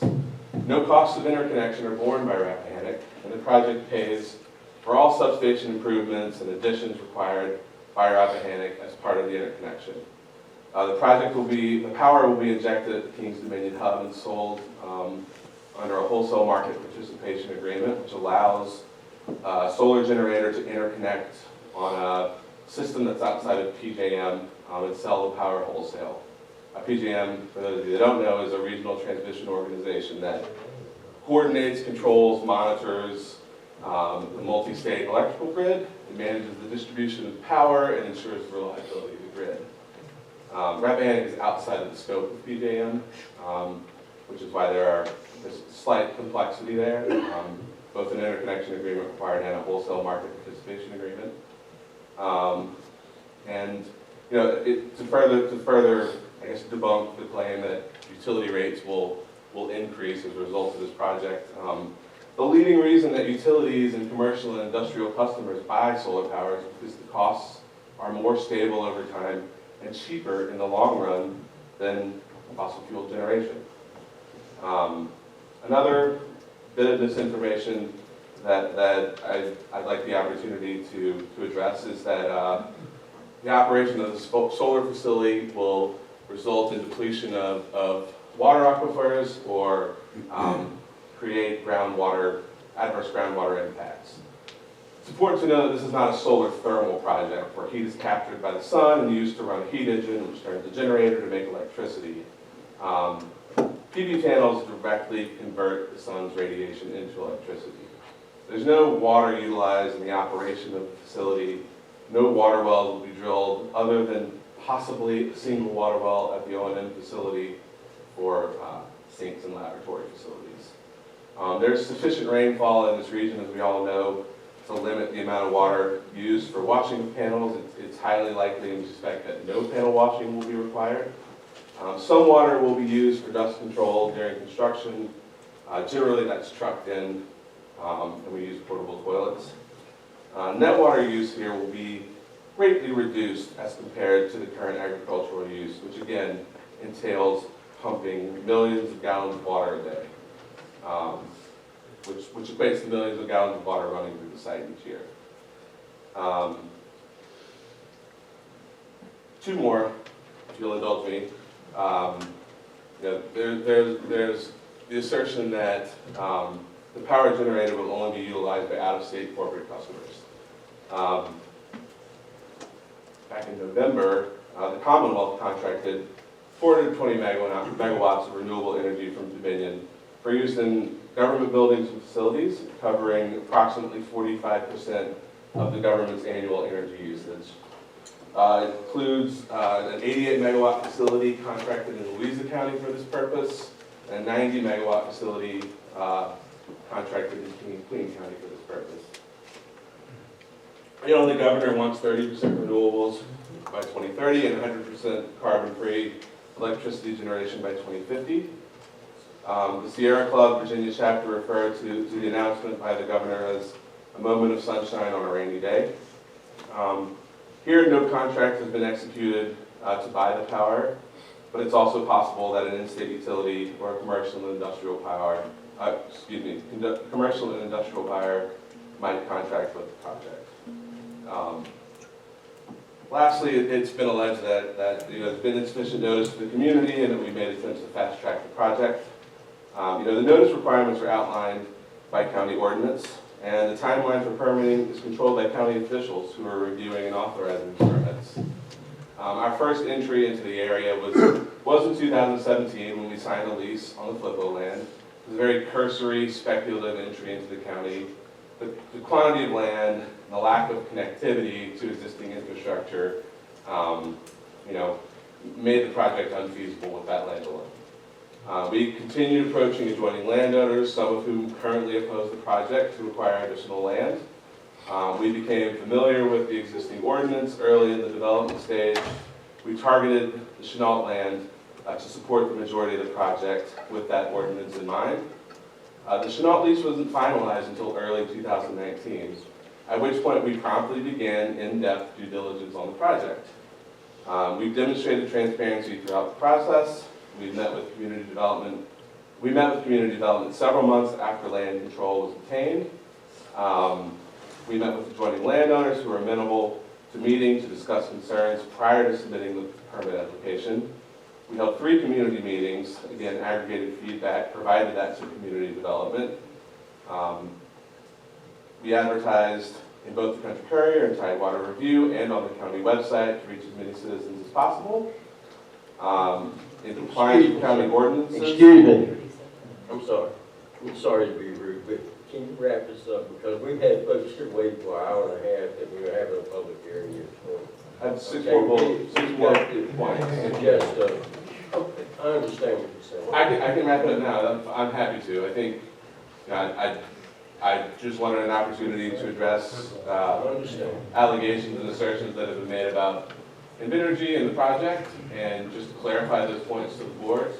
If you feel like the point is well taken, I can end the presentation now, and I thank you for your time, and at least with me it is. That's fine. There's 5 other people.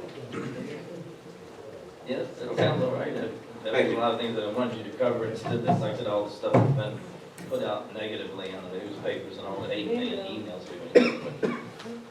Using some things, threatening us with things. So, thank you very much. And do any of the board members have questions before we start public hearing? Do you want to wait till after? I share Mr. Hines' eagerness to start the public hearing. Right.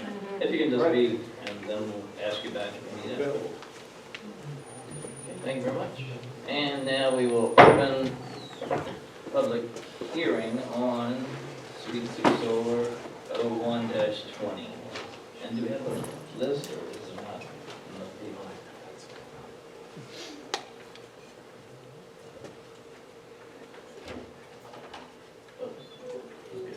I guess if you know you're the first one, you can come forward and we get ready.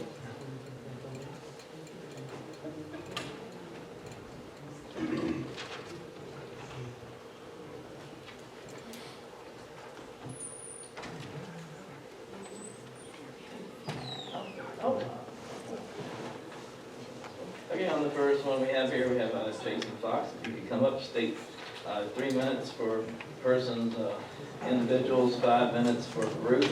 State your name and where you live. Good evening. My name is Jason Fox. I've been known to Chenault all my life. Although I live in Essex County, my son, mother, and brother live here in King William, and because this project affects all of us, I've decided to speak in front of you tonight. David Chenault is one of the hardest working people I know. He's worked his farm off of Enfield Road all his life, and I know he takes great pride in that work and would never do anything that would harm his land. As I understand, David was approached by multiple solar companies looking to develop solar on his land, and some even offered higher payments than Invenergy. He chose this company because they have a proven track record of successfully developing projects while also acting as good stewards of the land and the surrounding environment. I hear many concerns of toxic runoff and erosion. I've spoken to an inventory representative that explained to me the basics of constructing the project. And I have to say, I feel that these concerns of toxic runoff and erosion are founded mostly in misinformation and lack of trying to understand the reality of developing the solar farm. This type of farming currently being used on David's farm requires millions of gallons of water a year, pesticides, and tilling. Please tell me how a solar farm that requires none of these things increase the risk of erosion or toxic runoff. These panels are certified as non-hazardous and they don't have cadmium or lead like some people are falsely claiming. At the end of the project, the native species that have been planted between the panels will have made the land more fertile and in better condition than it is now. It's David's right to do with his land as he sees fit, especially if what he is doing does not negatively impact anyone else in the county. In fact, the added tax revenue is something King William could use to improve their schools and other public services. I hope you vote today to approve the solar farm as it benefits not just the Chenals, but the entire county of King William. Thank you.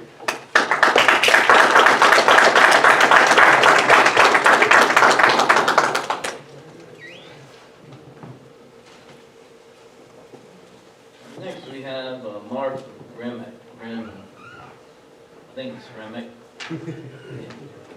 Yes, it is. Okay. Hello, my name is Mark Remick. I'm part of District 2, so Travis, in the neck of the woods. And I would just ask that the board here look very closely at the decommissioning plan. There's a number of counties throughout the great Commonwealth of Virginia that have to deal with out-of-state, and in this case, major stockholders out of the country, companies. And these figures, at least the figures I saw, do not match up with the cost of inspection, which is Travis with field points, and the cost of decommissioning this. And any way you cut it, this is a modern version of strip mining. You're going to pull these things in, and then the reclamation of the land looks good. If you look at the cost of these, you talk to waste management companies, big national ones. This is an out-of-state, out-of-country company. And I would ask that you look up, and we don't have time in 3 minutes, but I would ask that you look up this particular company that 85% of their experience is non-solar. It's wind and it's natural gas.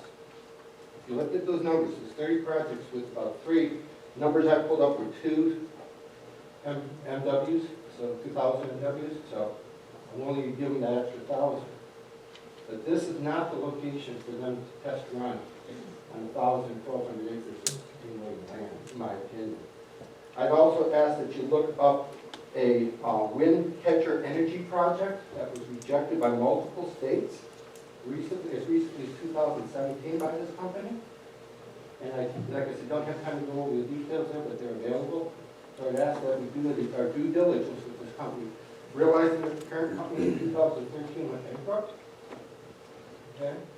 And so I know I'm running into my 3 minutes. I just say that the decommissioning of this is a cost that this county has to be in the best interest to look at, because this is going to be gone tomorrow. And the inspection and the decommissioning is going to be us. It's not going to be the states. Not the way that the legislations are. That's on us. Thank you for your time. Thank you, Mr. Remick. The next person we have is K.C. Remick.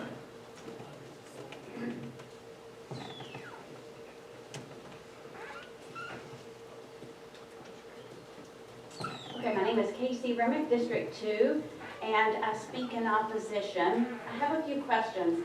There were bold assertions of the tax revenue generated over the lifespan. I think a lifespan of 30 years. 2.8 million. How was the 2.8 million calculated? Like, we don't answer questions during. Oh, no questions. Okay, then please consider. I hope that you have been given the actual math of how the 2.8 was calculated and what was the independent validation of that 2.8 million. If they fall short of their projected revenue by year, what is their obligation to compensate our county, King William County? As they fall short, if they do, year by year, what's their legal obligation?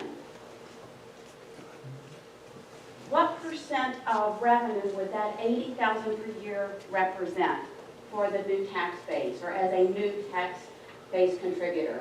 Nestle is 2%, Rock 10 is 10%. What is this 80,000 projected? What would that look like? So I ask you to consider that.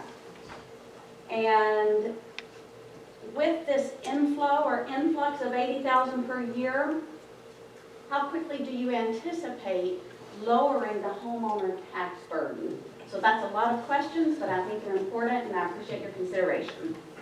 Thank you, Ms. Ryan.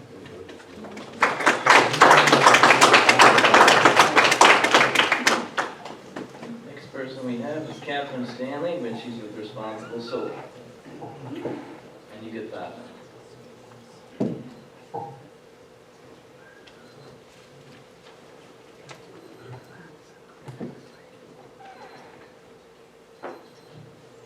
Stanley, 4th District, Responsible Solar for King William County. We represent hundreds of citizens in this group encompassing our 5 districts who are opposed to this project, many of whom are here tonight. Serious concerns have been raised regarding sediment and erosion control, wetland disturbances, contamination, property devaluation, and annual tax revenues and jobs. To date, this county has not provided any independent analysis to its citizens to verify any of the claims that the applicant has provided to this board. We find this unacceptable and very disturbing. One cannot base a decision on one-sided information alone. The topography maps do not lie. This project is positioned on a plateau with steeping slopes to the southern and eastern borders, with 33,000 linear feet of wetlands, bordering Governor's Run and Webb Creek, which then join further down to Monconqueek and finally to the Monkey River. This poses a serious threat to our groundwater and private properties, as well as wildlife habitats. This threat most certainly poses an adverse impact on property values and the environment. The proposed facility is not suitable for this site, and the county, taxpayers, and adjoining landowners should not be responsible to bear the risk this project poses. All landowners do have the right to make decisions about their properties. No one disputes that. But when they pose an adverse impact to the community, we have a right to demand protection. This solar company brings with it a history of lawsuits, some currently pending in higher state courts. Invenergy is a multi-billion-dollar foreign solar corporation with corrupt, solely profit-based business practices which do not benefit the hard-working residency of King William County and will significantly impact taxpayer revenue. Their misleading claims and unethical business practice leave us questioning their integrity and intentions. This is clearly demonstrated by their offering of the so-called neighbor agreement to selecting neighbors and landowners, and the continued threats of lawsuits to you gentlemen that sit before me tonight for not approving this project. A recent poll commissioned by residents in King William County by McLaughlin and Associates has found significant opposition across the county, including the districts closest to the proposed solar facility. District 4 43% disapproved to 21% who approved. District 5, 42% disapproved to 30% approved. Tonight's decision must unequivocally be no from county officials. Your decision will set a precedent for the future of solar placement in this county. There is simply too much uncertainty surrounding the proposed application, and Invenergy's business tactics and lack of transparency is alarming to say the least. I will remind you, Essex County and Spotsylvania were promised the same things. We see what's happened in Essex, and just last week, S-Power violated the conditional use permit within the first few months of starting construction. So gentlemen, it's your job to listen to the voices of the public and vote against this proposal and protect the citizens of this county. Thank you.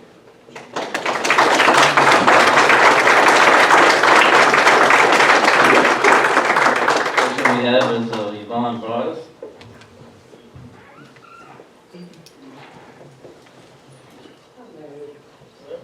I am Jerome Bryce, and I live in the 4th District.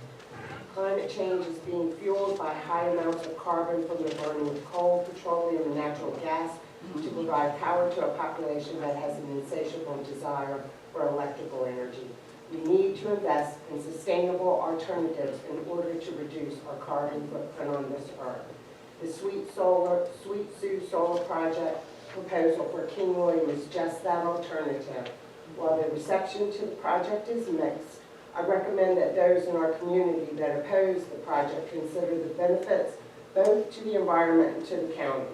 Without substantiated negative impacts to those around the property, objection to allow the owners to participate in this type of initiative seems prejudice to their autonomy as landowners. I first and foremost support those landowner rights.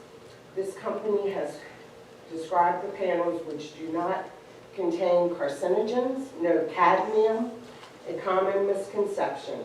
In fact, the composition of the panels themselves are mainly recyclable gas, aluminum, and copper.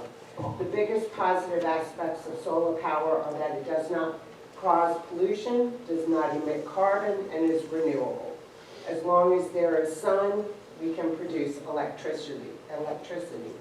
Additionally, the Planning Commission has addressed and received compliance on stormwater drainage, inspection costs, and a long list of other conditions agreed to by Invenergy. Invenergy has been responsive and responsible. Society must embrace alternative power sources. Solar energy is just that alternative to burning fossil fuels. Yes, it takes some space, but this proposed solar farm can effectively sit adjacent to agricultural farms and coexist. The positive impacts to the environment are clear, and King William must begin to embrace 21st century technology that will reduce our carbon footprint on this earth and provide a cleaner and healthier world. I wholeheartedly support the Sweet Sioux Solar Farm. Thank you.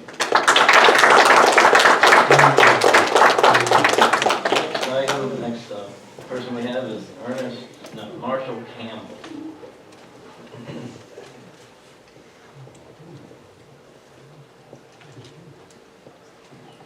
Good evening. Marshall Campbell, tax map parcel 2027. We share a common border to the west and to the south with the proposed site. It seems that with each passing day, more worrisome information regarding this project comes to light. I'm more convinced than ever that the proposed site is not an appropriate location for an industrial solar power plant. I'm extremely concerned about soil erosion, storm runoff, and other negative environmental impacts that will occur if this industrial solar plant is built on the proposed site. I don't think many of us are opposed to solar energy, but that's not what we're discussing tonight, whether that's good or not. We're discussing it on this proposed site. My primary concern has been and continues to be the topography of the area and how problems that occur would quickly spread to adjoining wetlands and would in turn negatively affect many more areas than just the adjoining properties. This project was forwarded to the board by the Planning Commission with a recommendation of approval by the narrowest of margins. Planning Commissioner Wagner shared his concerns and reason for voting no on this project in a highly detailed and informative statement. He said that, and I quote, "There is a fatal flaw with the Sweet Sioux Solar Center because of its location." End quote. I certainly agree. I hope that you have read his comments and give them the serious consideration that they deserve. One of the claimed benefits of solar power is to help reduce harmful emissions into our atmosphere. I think the majority of us agree with that. That's a lofty goal and something we should work towards. But if in the push for solar power, we destroy wildlife, waterways, and surrounding ecosystem, have we really helped, or just traded one set of problems for another? I urge you to vote no on this application, due in part to the many negative environmental impacts that would occur because of the sloping topography, soil erosion, storm runoff, and damage to adjoining wetlands. Thank you.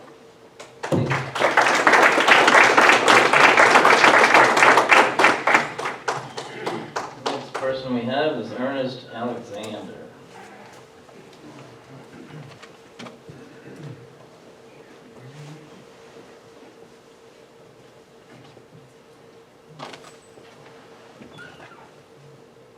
Good evening, I'm Ernest Alexander. I worked for Mr. Chenault as a contractor since 1988. I've walked the field, swam the ponds, and the creeks. So, all this erosion they're talking about is going to go away once the solar farm gets on. And there's going to be some during the construction. That's in any project. That's why the Rappahannock River is red for the Fredericksburg. So, you're going to have a time that you need to take care of all the erosion. And the company says they have honored this fact to take care of it. They understand it's going to be there. And there's a lot of vegetation, wooded area that they cannot touch because of all the wetlands that's in the area. But that's not where the solar panels are going. And as far as the character of Mr. Chenault, he's a straightforward person you can deal with. Like I say, I've been dealing with it since 1988, and I have no reason to question what his beliefs are and what he would spend his money on. That's all I have to say. Thank you.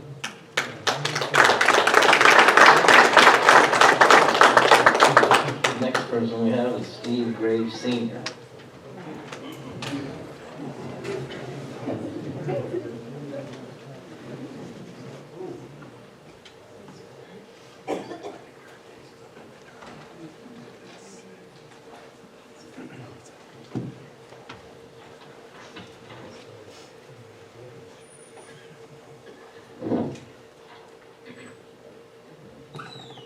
Steve Graves Sr., 435 Adams Lane, Haley.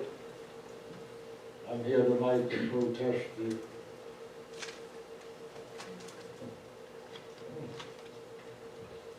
anyway, I'm gonna get it. Okay.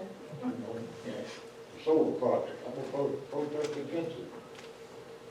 Mainly on the negative impact it will have from beginning to end. Nobody has said, but these contracts run 30, 40 years.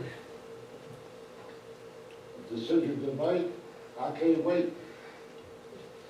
That's right. Also, the county has an obligation to all its citizens for their welfare and security. I'm not going to talk as long as Mr. Burley, I believe. Thank you, Mr. Chairman, board members. Thank you, Mr. Graves.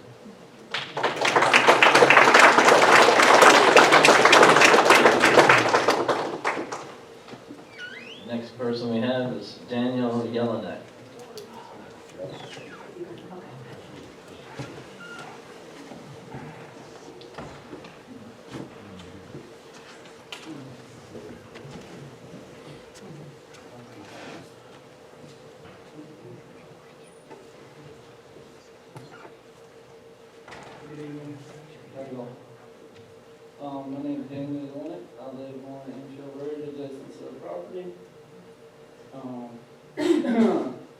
to touch bases on a few things, seeing as most people concerned about the location of it more than the actual project itself.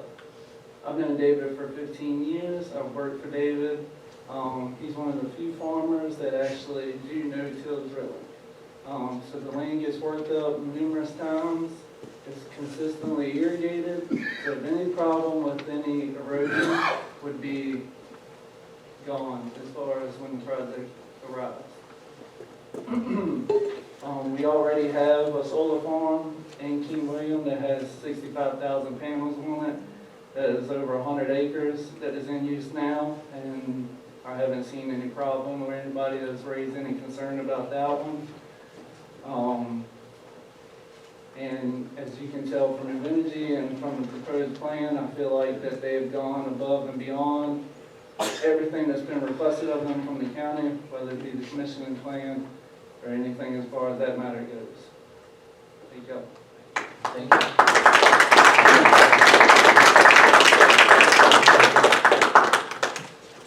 Next person we have is Keith Clark.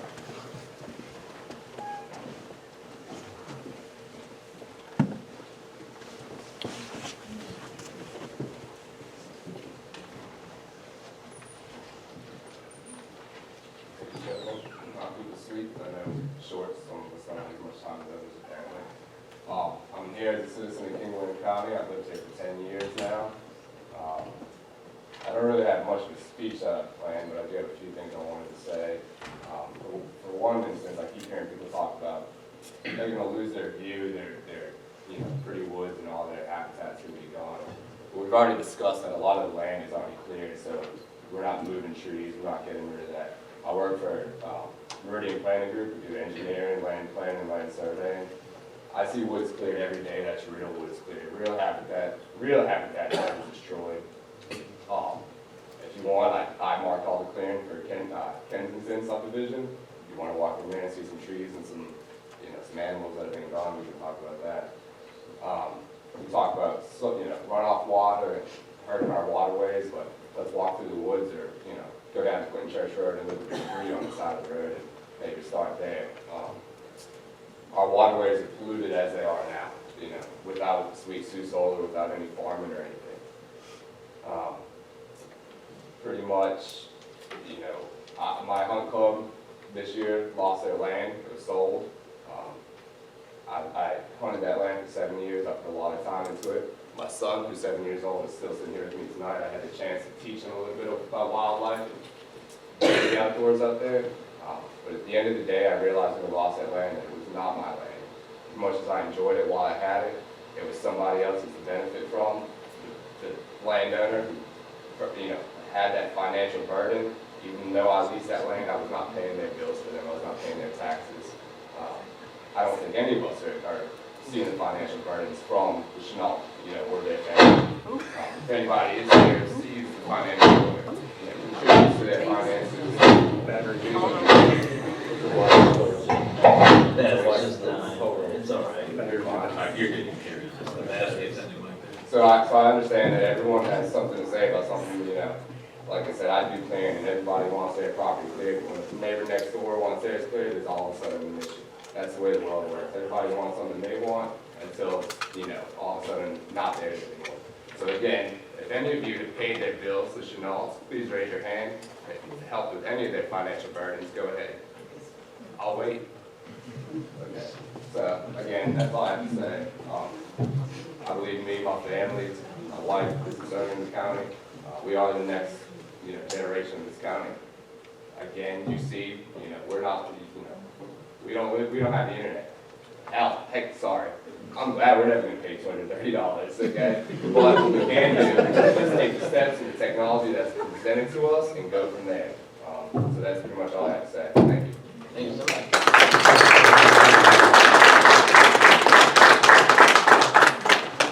Next person we have is Patience Murphy.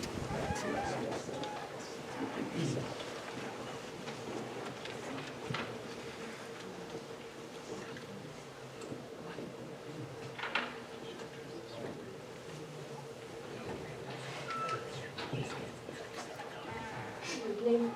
My name is Patience Murphy. I'm a resident of Violet, Virginia, right on the banks of Mackinac. Love this county. My main interest in this is what we're leaving for those that come after us. We cannot continue to use fossil fuels the way we have in the past. The results have been so bad for our nation and the world. Solar energy and wind energy has got to be our future. Sweet Sue has taken every possible thing they could possibly do to make this a safe and good project for everyone involved. And I really urge you to pass this amendment. Thank you. Thank you.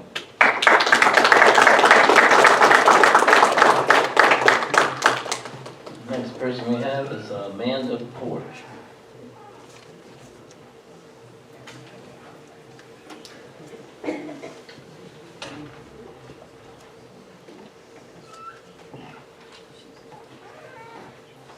I'm Amanda Porch, adjacent landowner, also District 4.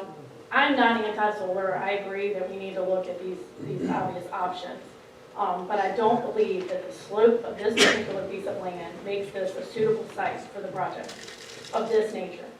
DEQ has failed citizens in the other counties, some close to us, and I do not have faith that they or our small group of planning staff that I've dealt with a lot lately can properly oversee the necessary monitoring needs that this project will require. This is not a 100-acre parcel. This is a 500-some acre. This is a whole lot more impact than some of the other things that we've seen. And I think we need way more detailed provisions than what we have already. So I ask you to please vote no. Thank you, Ms. Porch.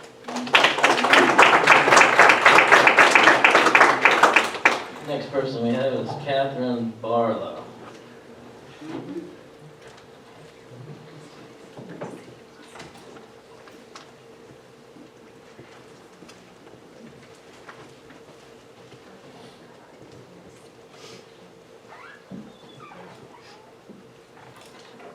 My name is Catherine Barlow. At the moment, I live in District 5, but I own property on Enfield Road in District 4. My grandfather bought the land in 1974, 2 parcels on Enfield Road. He farmed it with my daddy until he passed away at the age of 96. My daddy continues to farm that same land today. My parents have given me the 41 acres, and I plan on building my house on 3 acres of it, and my father continues to farm it, will continue to farm it. I want to know if my family and I on the 3 acres, as well as other adjacent landowners, will be guaranteed beyond a shadow of a doubt that we will never see a single solar panel from any of my 41 acres at my tax map parcel 2035 on Enfield Road. I don't think that we can be guaranteed that we will not see a single solar panel where we are, and I beg of you to please vote no. Thank you.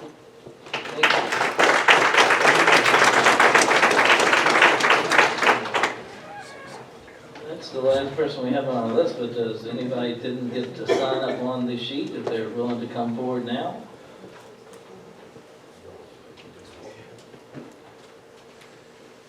No one? Okay, I do have something to read. We have a personal opinion from one of our planning directors, John Breed, that I'm going to read because this is his personal opinion. I'll set the timer for him too, so he won't get more than 3 minutes. He writes, John Breed, and he's the 3rd District. Gentlemen, I'm writing you today as a private citizen and not as the current chair of the, well, he was the current chair, not anymore, King William County Planning Commission. I am no fan of solar farms, but I ask that you approve conditional use permit CUP 03019 for Sweet Sioux Solar Voltaic Generation Facility at your regular meeting. The applicant has met all requirements for the application, been reviewed by both staff and the planning commission, and was approved for approval with a number of conditions, the latter by 4 to 1 vote, and this last time by 3 to 2.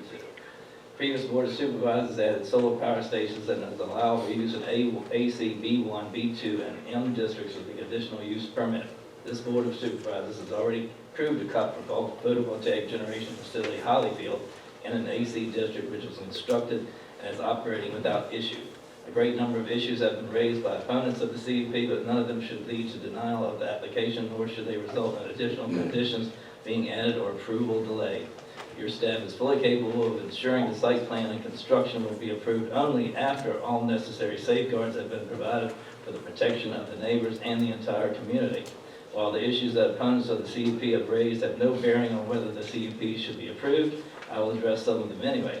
Environmental concerns. Solar farms are viewed by most environmentalists as a highly beneficial because they provide the electricity modern science demands without increasing our carbon footprint. Opponents cite the risks to environmental include damage to wetlands and streams in the Chesapeake Bay, watersheds, and cite the Essex County debacle as an example. However, the Essex County environmental problems were caused during construction, and this project was mired up with compliance problems throughout its installation, with many erosion and sediment controls deemed insufficient by Essex County officials and DEQ. Erosion and sediment is a byproduct of any form of land disturbance if the right prevention measures are not in place.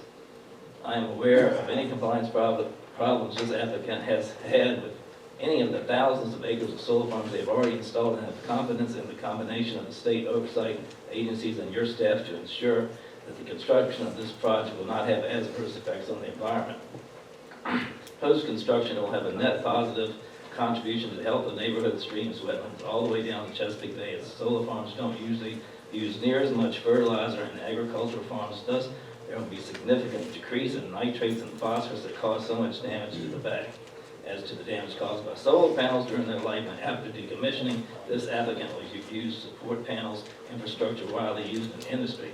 Whether solar farms are built in King William or in other jurisdictions, the materials were recycled or landfills in locations other than King William.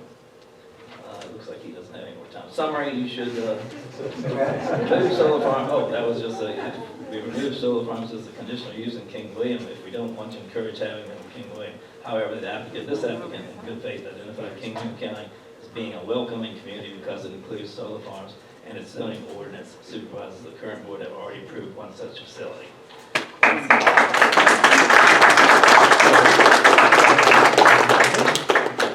Seeing no one else, is there anybody else? No one else, we'll close public hearing on Sweet Sioux Solar. Now we'll go back to the board. Does anybody have any more questions of the applicant or anybody else, or discussion amongst ourselves? Start at this end. Mr. Garber? Any questions? I let you know right now. I would like to discuss the possibility of asking an engineering firm to look at this entire project for both sides. It was done in Spotsylvania, I think, in the report was well written and answered a lot of concerns. Gave the board a positive platform to vote and continue the project. That's my opinion.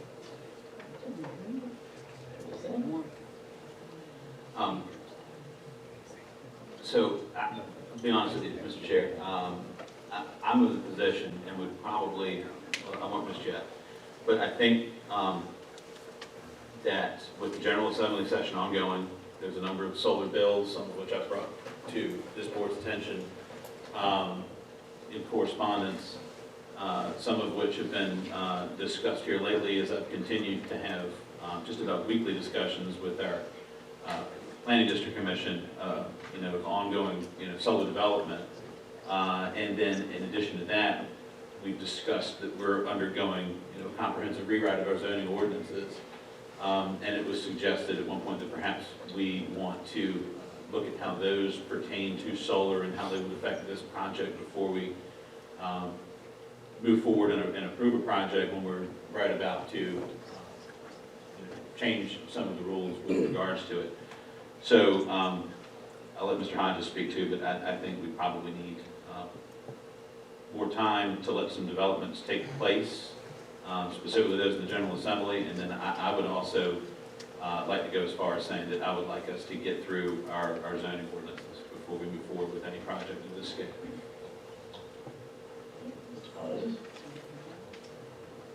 I think the number one thing is, I think a landowner should have the opportunity to do what he wants with their land.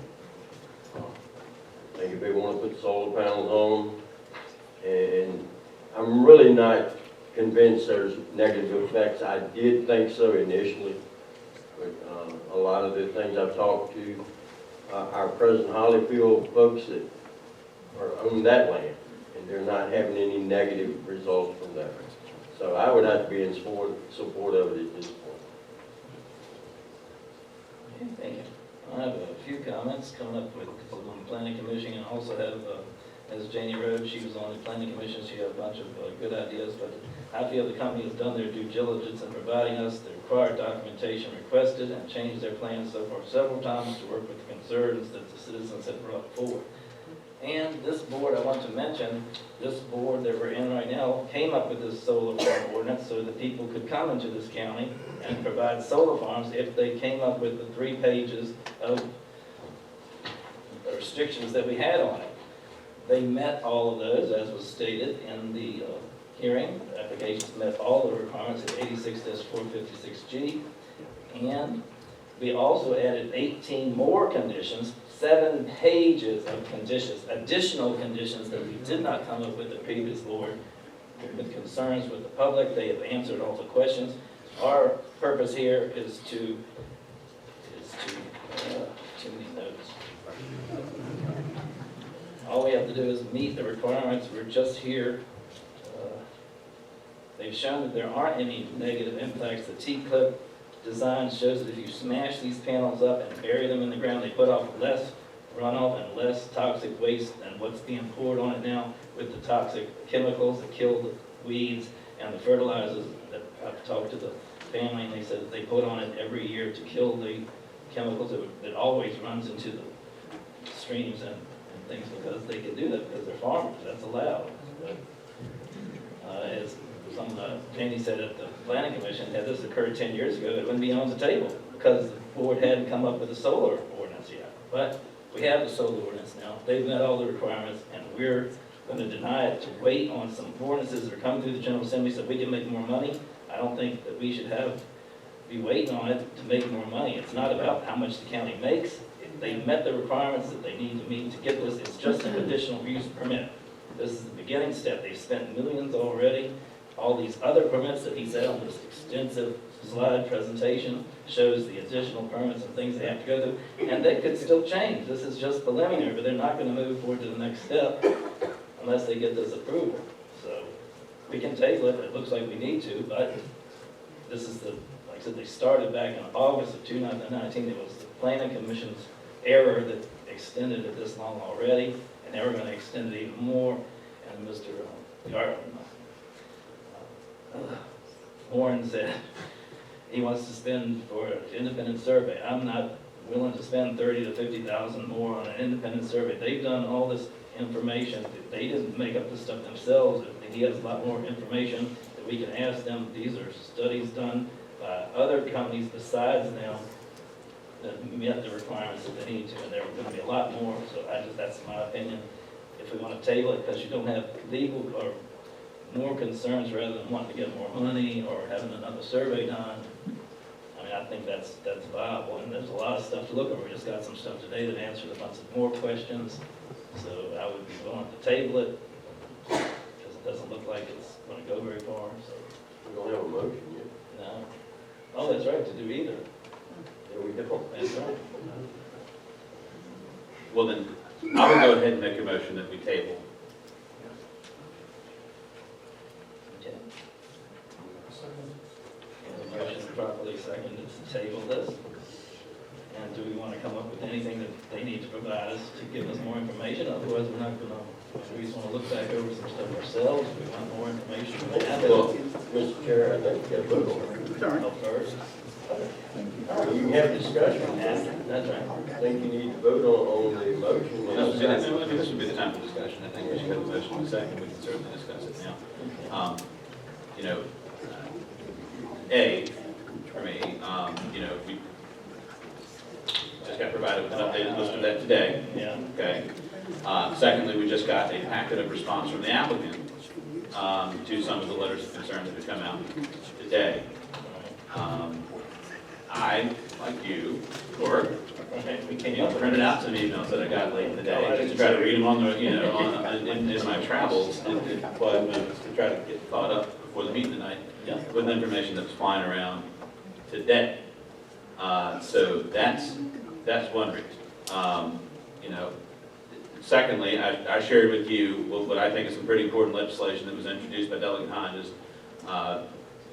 House Bill 1675, that I think we need to give it a chance to see if it has legs or not before we, proceed with this. And I personally feel like we need to at least maybe look at some drafts of where we are with zoning with regards to solar and make sure that we would still be, fundamentally compliant with the new rules before we approve conditions on a site. Period, would I think benefit us as well. I've got to agree that I think that the applicant has fundamentally answered a lot of the questions that some of the more robust positions brought with regards to sediment control, with regards to use of certain materials, et cetera. My concerns simply, again, remain ability to go in good detail and ask good questions on information that I'm provided, which I was not able to do today. And then secondly, I think that this particular piece of legislation that's in the House right now has bearing to me on what types of potential benefits, because another concern and another legitimate concern is what type of economic development should we be engaging in, and if we're engaging in economic development that does not fundamentally benefit the broader economy of the county, is that the best land use that we should be promoting? Okay, it's a legitimate question that should probably be answered. So that for me, that's why I would like to table this, be given some more time to review in complete the information that we've been given, and then also to let this bill in the General Assembly at least run its course. In the meantime, could we ask, I guess the county administrator, perhaps the to request a loan of various engineering companies that have done this in sponsored image, basically, do there so long, so we can have that material in this next decision point. Well, I doubt we can have it ready by then. Just speaking from experience on getting these types of things done. Could be wrong, but that's fine. We want to ask that question. Gentlemen, what does it cost? That's what I'm saying. Well, that's what he's asking, if we can get a quote. Oh, on getting quote. something like that. I'm sorry, Ed, I can't hardly hear you on this end. I'm getting old. Sounds like more of our money getting spent. In my response, again, we changed your ordinance. We've had this since August. Right. Why didn't we change your ordinance since August? How long do we keep these? I think they have met everything. And waiting on the General Assembly, I don't put a whole lot of faith in them making decisions as to what they're going to do or not do. But I think without a vote, I think we're in the table mode. Well, we got to vote. So if it's 2-2, if it's 2-2, it's not tabled. I'll remind everybody. This is still discussion periods, and I will throw my 2 cents into the end. Like I said, these people put their application in August of 2019. I don't think that we should go back and wait on things the General Assembly might do because we come out better. They put their application in before. It should be followed by the rules that were in effect before. They met all 3 conditions that we set forward. But if we want to table it, I mean, we have to, well, no, we don't. It's all tabled. I'm just expressing why I believe that we would be prudent to give it more time to let these things develop. I agree. Like I said, they met all the conditions. Travis, if we wait on every email that we get on the day of a board meeting, good guys, we'll never finish anything because we get bombarded every Monday. Well, sure, but getting the fully updated CUP back on the day of. Let me ask council, if you don't mind, Mr. Chair. All right, if we get the way we're going, it's dead, correct? I'm sorry, the question? If if we go the way it looks like it's going, it's dead, correct? No, it's just No, I mean, I don't know which way you think it's Well, going. I I'm thinking suggest you just vote on a it. 2-2 vote, it Well, dies. okay, hypothetically, a 2-2 vote, the motion to table fails. No action's been taken by this body, some action still needs to be taken. And I don't think it would be not tabled, I think it might not pass. So, I mean, it may not pass, you know, unless you can get a third vote, it's not gonna pass tonight, let's just put it that way. But a 2-2 vote doesn't pass anything. It doesn't table anything either. And at some point, you know, we're gonna be here like looking at each other at midnight and still haven't taken any action on it.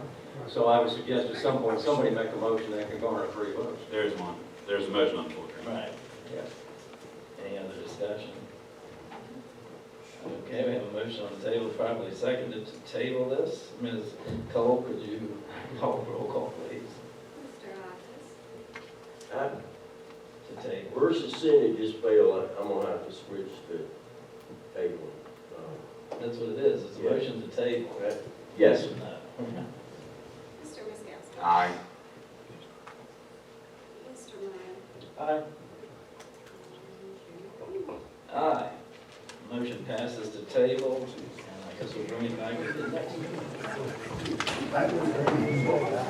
Thanks, everybody, for coming. And please exit quietly.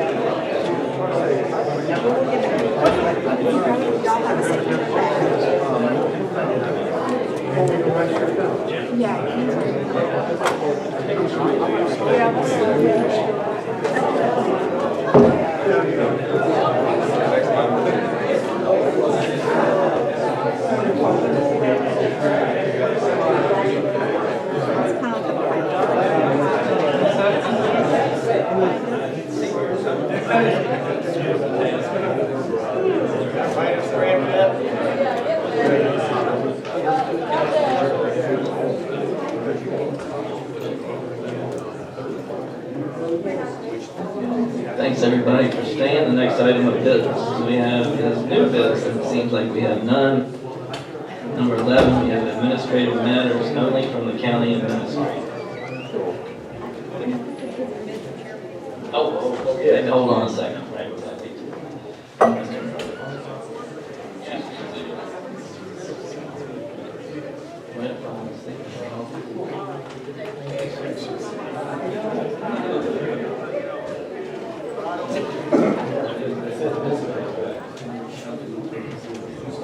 I'll give you an estimate. Fire study? $40,000, 18 months.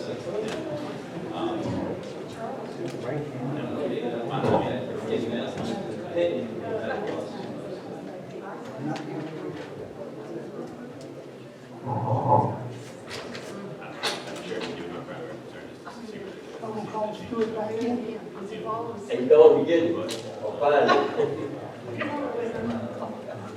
Going home? I'm kidding. No, I'm still here every step. He left you. I'll give you a ride home. Oh.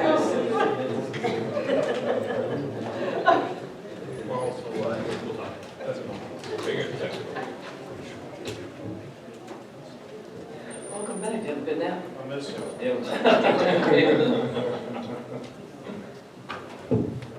Compelled to ask you how you're doing. Pretty well. Now we'll go back to this testing area of the board information. Gentlemen, what you have in front of you for the board information are the standard reports that are submitted, giving your actual versus revenue expenditures, reports for region and shoulder, and some other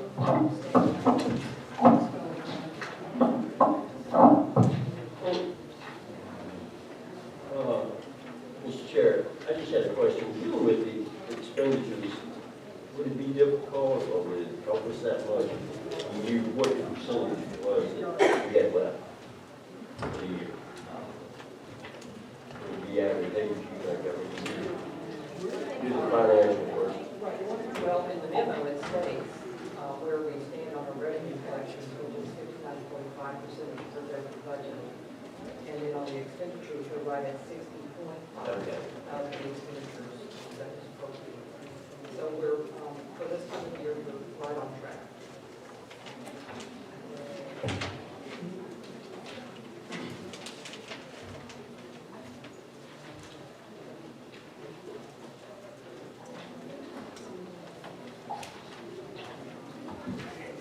Okay.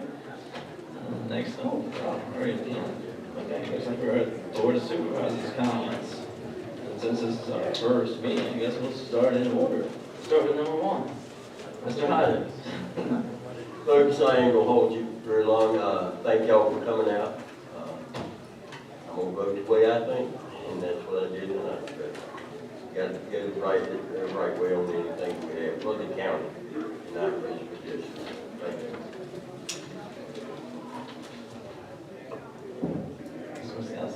Well, I'm trying to pull up an email, but I think I can digest this down enough. Just a Middle Peninsula Alliance announcement. We won a technical assistance grant from Virginia for small-scale manufacturing project, which is going to give technical assistance to Gloucester, Tappahannock, and the town of West Point to look at how they improve their small-scale manufacturing base.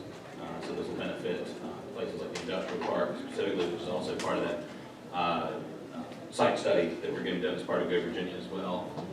And then we just announced today that we have a 3-year partnership with Chesapeake Bank to resurrect, Mr. Williams will like this, our entrepreneurial training program that the MPA is going to take over, as well as a very successful program that the MPPDC ran for a number of years before federal funding during the recession and attrition took it away from us, but we're going to revive it with private money.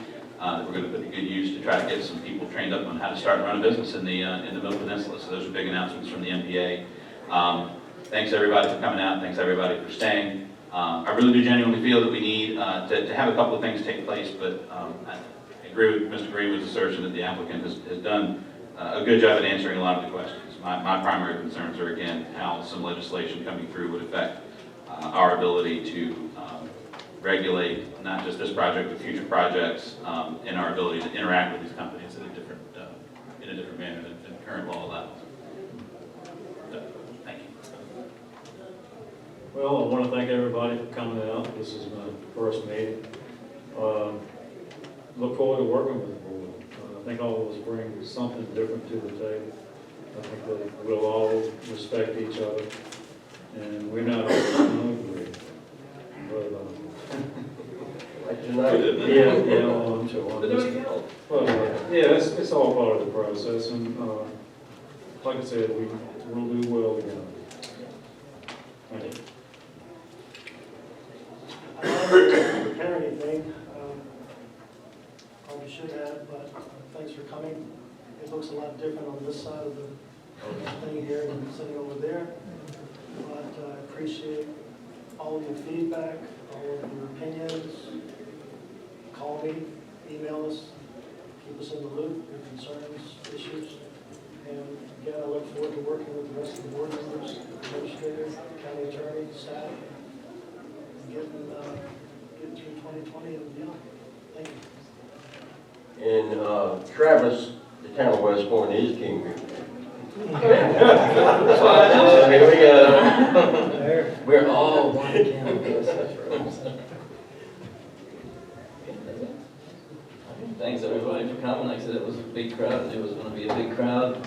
My first meeting, I was kind of nervous. And like I'm stating also, I just have to say what I feel. Like I said, I was on the board when we came up with this solar ordinance 8 years ago, and that's why we came up with it. We knew it wasn't going to be perfect, but we had to come up with something. And I don't feel that we should have waited because they've met all the requirements. I don't think we should wait on General Assembly. If we're going to just do something like that, it's like, except we might just be waiting for everything. And I don't remember, I also don't like that we're trying to get money from them. It's not up to how much the county might make on this project. It's the Chenault's project.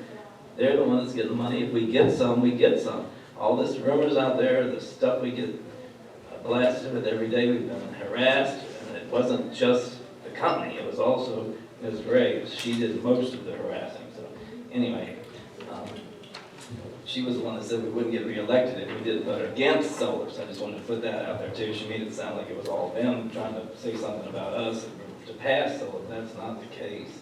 And and I think it's another thing. If we're going into it for the money, how much money do we get for when we brought broadband in? How much does that company give us in proceeds? I mean, I don't remember working out anything on how much we might get for that. Maybe we should have waited until the General Assembly came out and said maybe we should get more money from internet. Whatever. Thanks everybody for coming and staying. It's a privilege to be chairman, and like I said, we are working together. At least we didn't have outbursts of strangeness we had before. And thanks everybody for coming. Have a good week. Mr. Chairman, do we need to do a closed session? I think so, but I don't see, unfortunately. Well, I can read it. Motion to enter closed session pursuant to Virginia Code Section 2.2-3711A8 to receive advice of legal counsel regarding a tax claim. Consideration of appointments. Cancel appointments. Oh, I'm sorry, and also 2.2-3711A1, discuss appointments to various boards and commissions. Move. Second. We have a motion made and seconded. Ms. Cole? Aye. Aye. Aye. Aye. We're in closed session.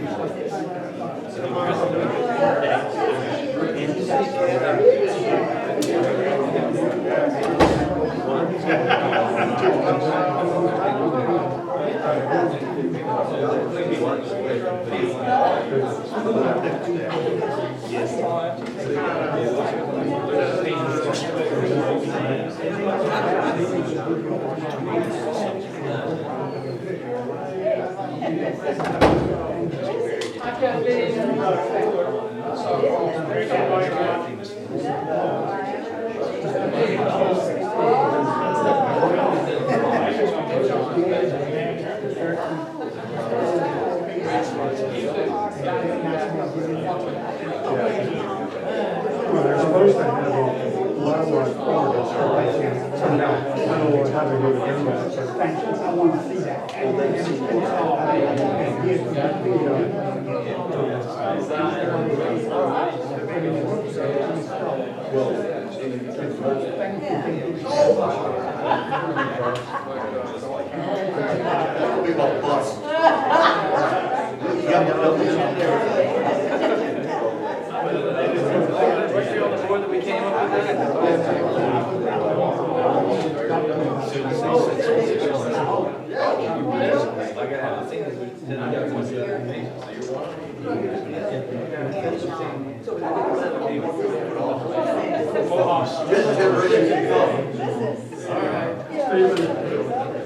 Okay, she doesn't like that. I'm behind.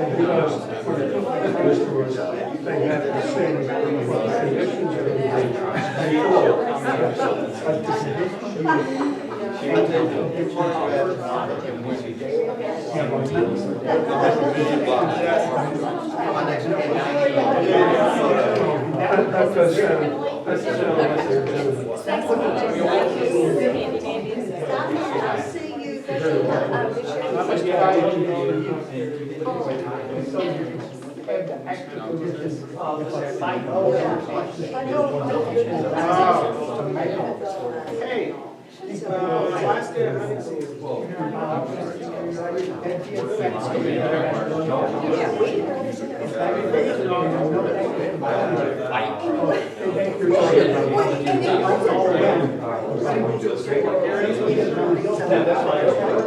Because they got out busted, you see it right here.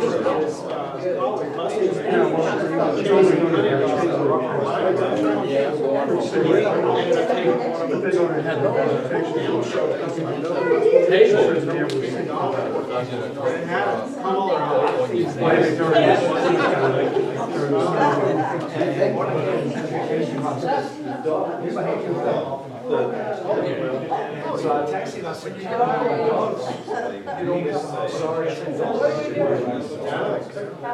Yeah, no, my dogs, I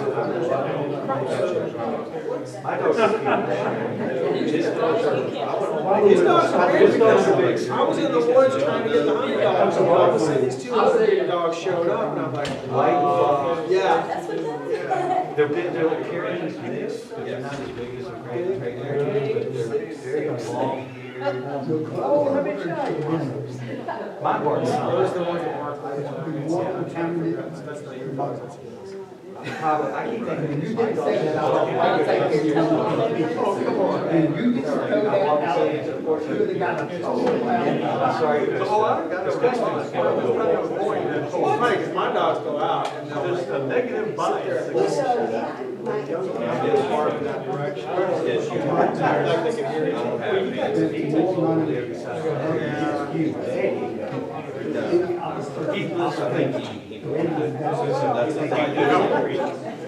Well, I didn't know that. No, I modified it. Hold up. I'll be into the bitter end. Sheriff, you got a head count? No, ma'am, I didn't count. I'll tell you, you know, they took me to one thing, so I really want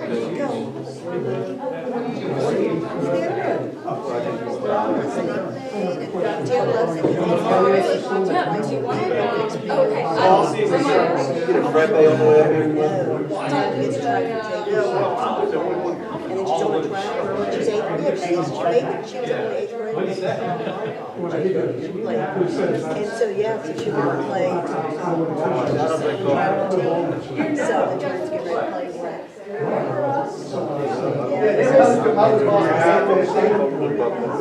And the reason, when he didn't say that it was more impactful than a motor car, I lost all faith in him. He said I want to be his driver as well. Can you give an answer? I have an answer, as you know. Yeah. But I did a lot of research on that. She did a lot of negative research on that. That is. Various counties. Probably Richard, because that's. So $100,000 of the house is next to a cemetery. The answer to that question. He said, you know, Saturday wasn't necessary.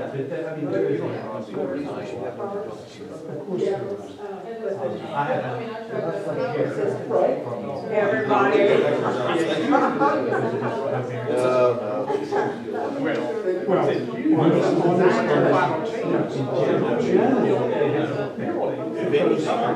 The governor says, even if I'm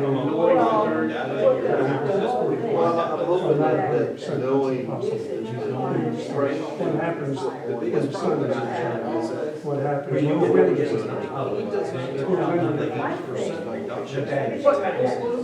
I guess folks because that's the same. That's the last thing I wanted to say. regardless of Is the land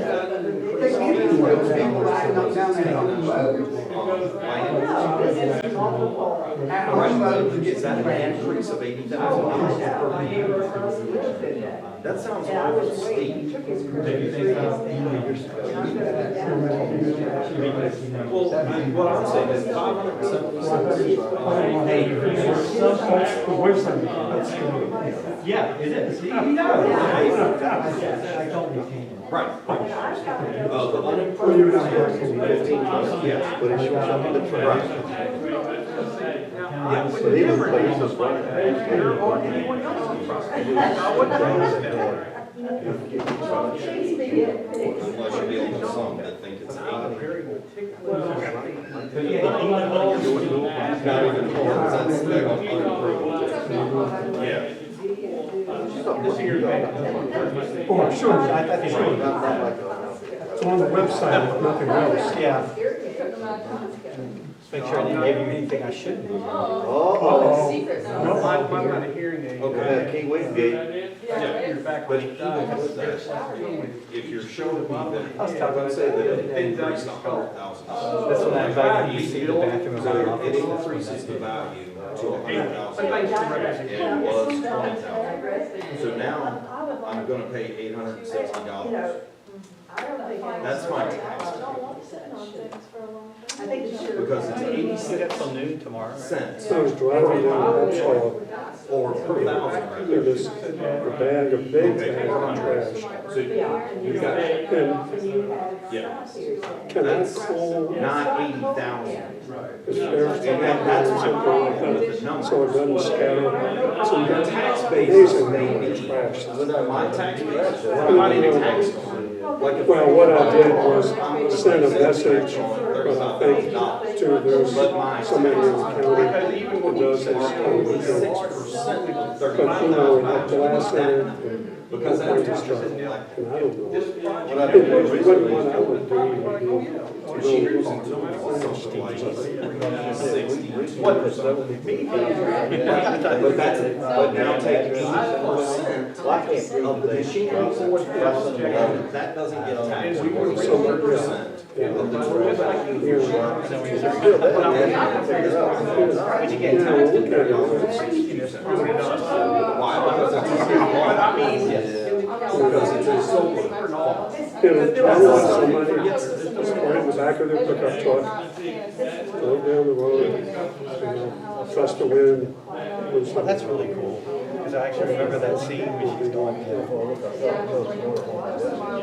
But that's the thing, is right now, it's not.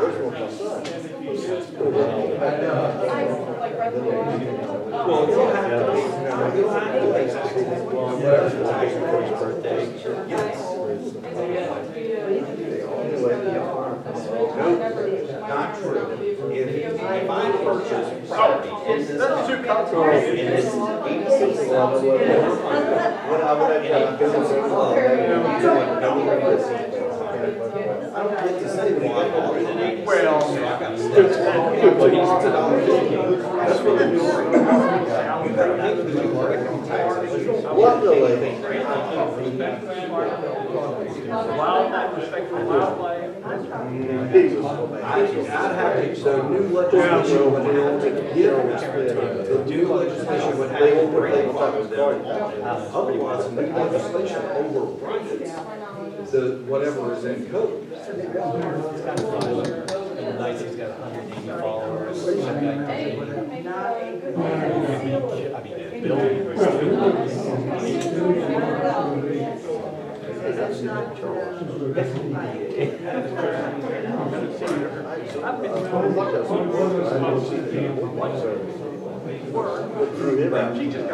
Well, you don't know until You have to do everything on your own.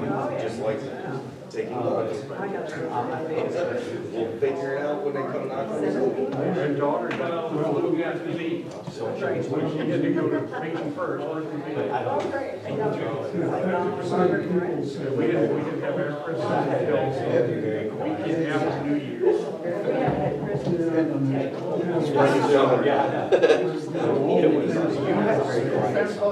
Yeah, actually, for that, yes. It's the same as somebody that has a big list of what it is, telling me about the budget. And I did, but that's been a complaint with that salt hedges wasn't trimming the entire thing. If you look at those out there. I thought they did carry it, the old sweet thing. They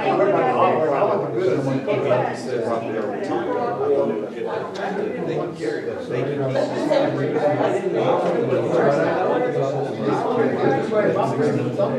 Much more than my and the thing is, he's been. You had trying to really.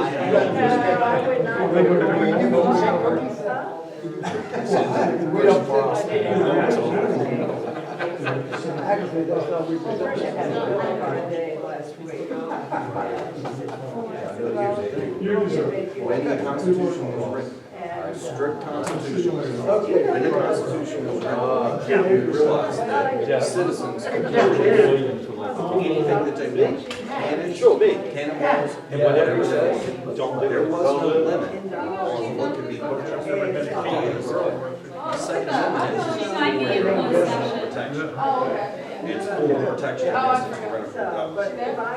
Well, if the government's allowed to take away the way of protecting from them, how do you protect them? So, yeah, there has to be a limit. Nobody should be carrying around. We put a gate out there a while back. I didn't read that. So we put that second gate in there. Right, but that's the thing, is you don't have to have it. The Second Amendment doesn't say you have to have it. It just says that if I then I'm allowed to. And that's what the Second Amendment is very clear. It doesn't say that there's anything that says it will allow you to Out there. It's quite a while. I hope you don't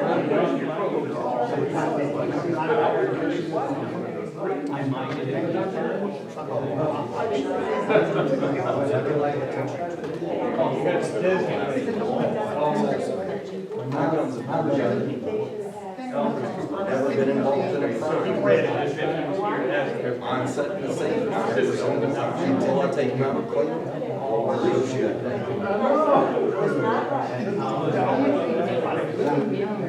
Right. Yeah, of course, I'm still.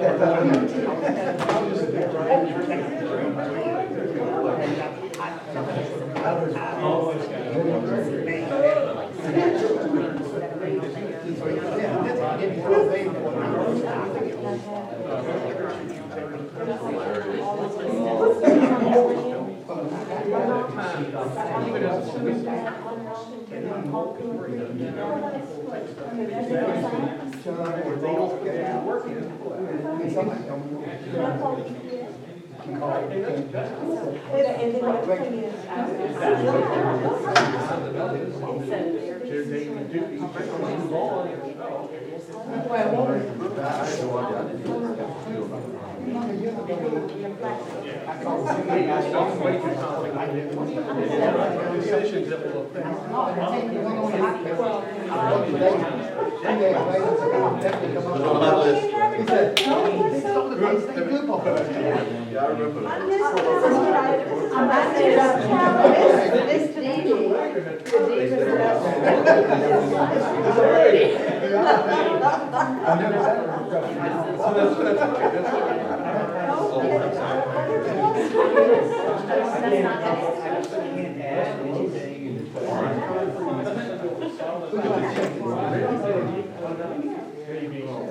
Stick around.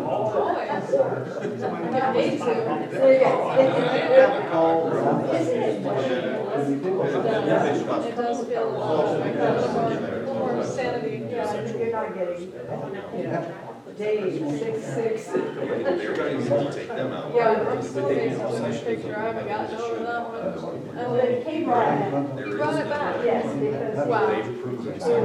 Wow. Nice. So we're gonna take that out of your tank. Oh, nice. You're not going to go.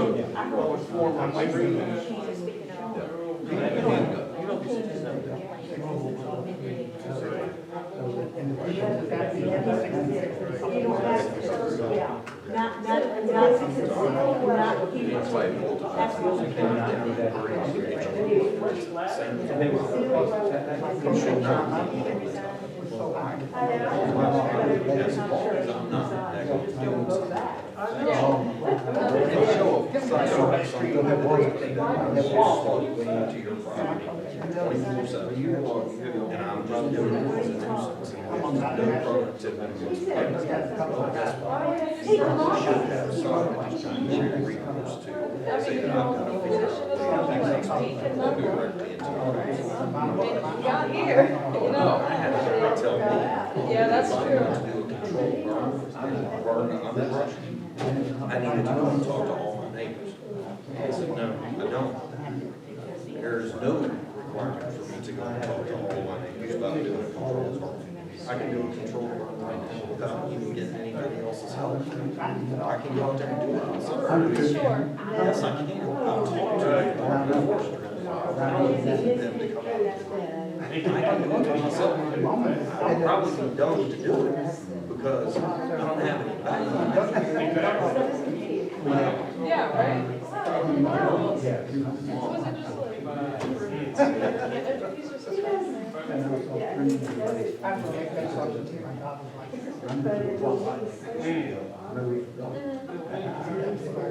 yeah.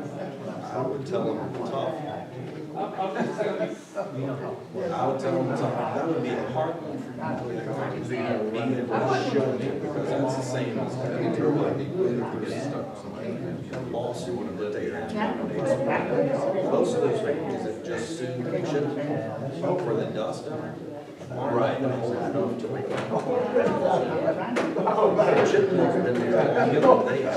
they moved in, and now it's causing a problem for them. And the team,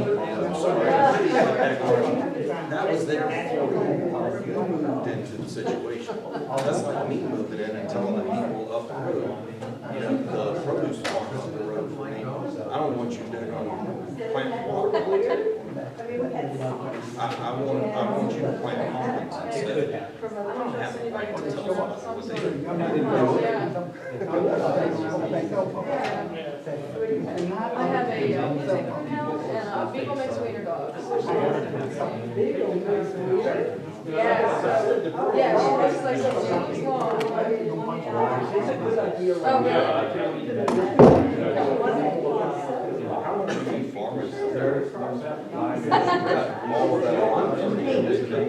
Right there by your house. Yeah, they get huge.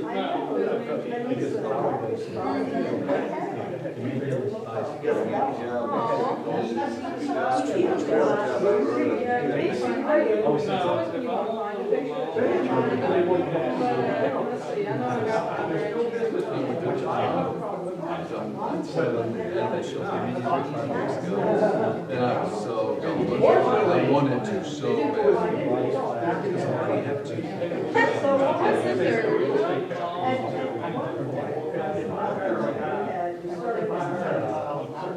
He took for a long time to work this out. And all that's gonna be.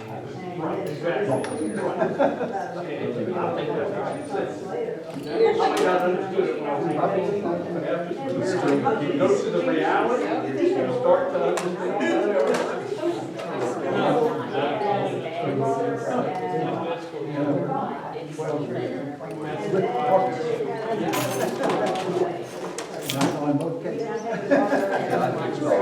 really got a hold of my people. The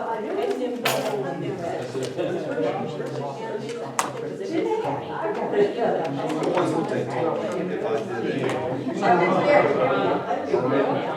they wanted to. Oh, yeah. As the grasslands project.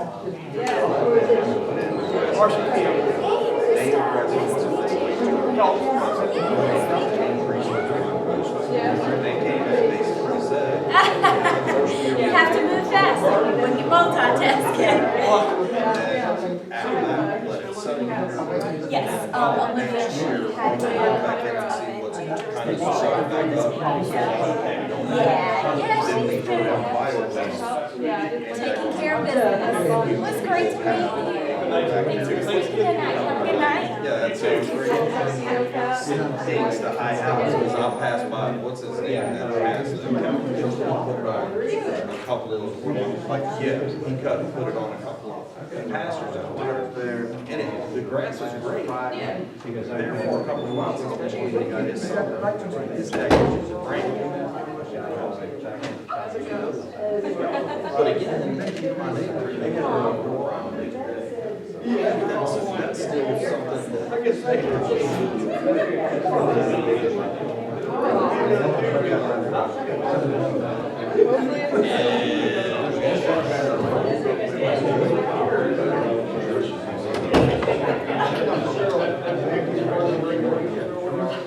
Definitely. That's too much. Oh, 15 is absolutely the longest I've ever want to hear.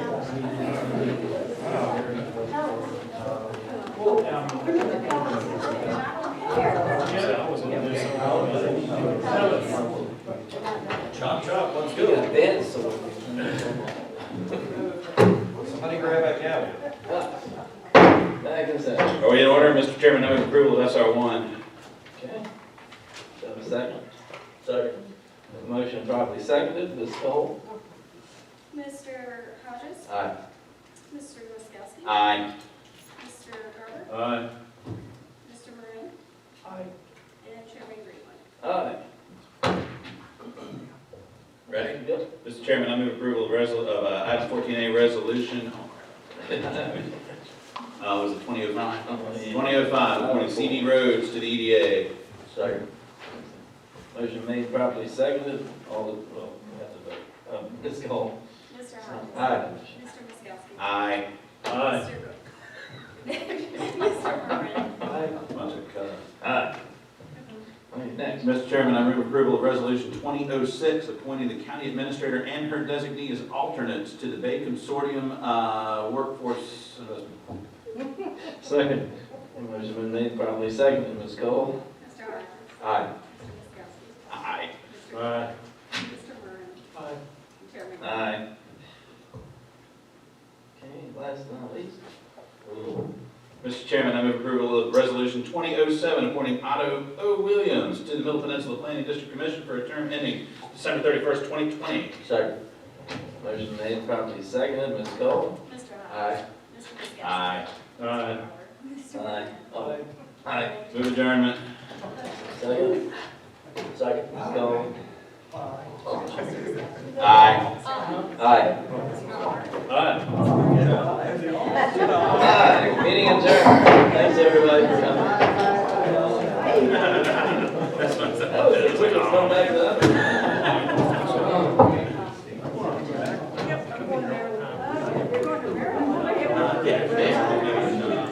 Just have a reach out and do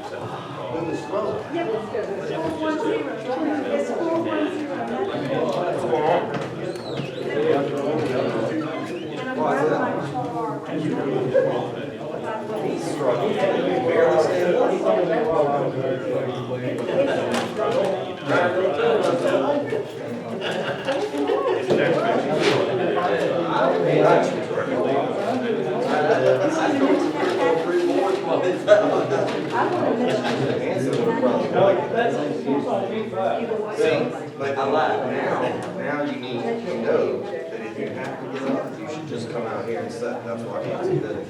So that he can watch to see what was going on. Well, no. I'm just saying, you gotta watch what they're doing.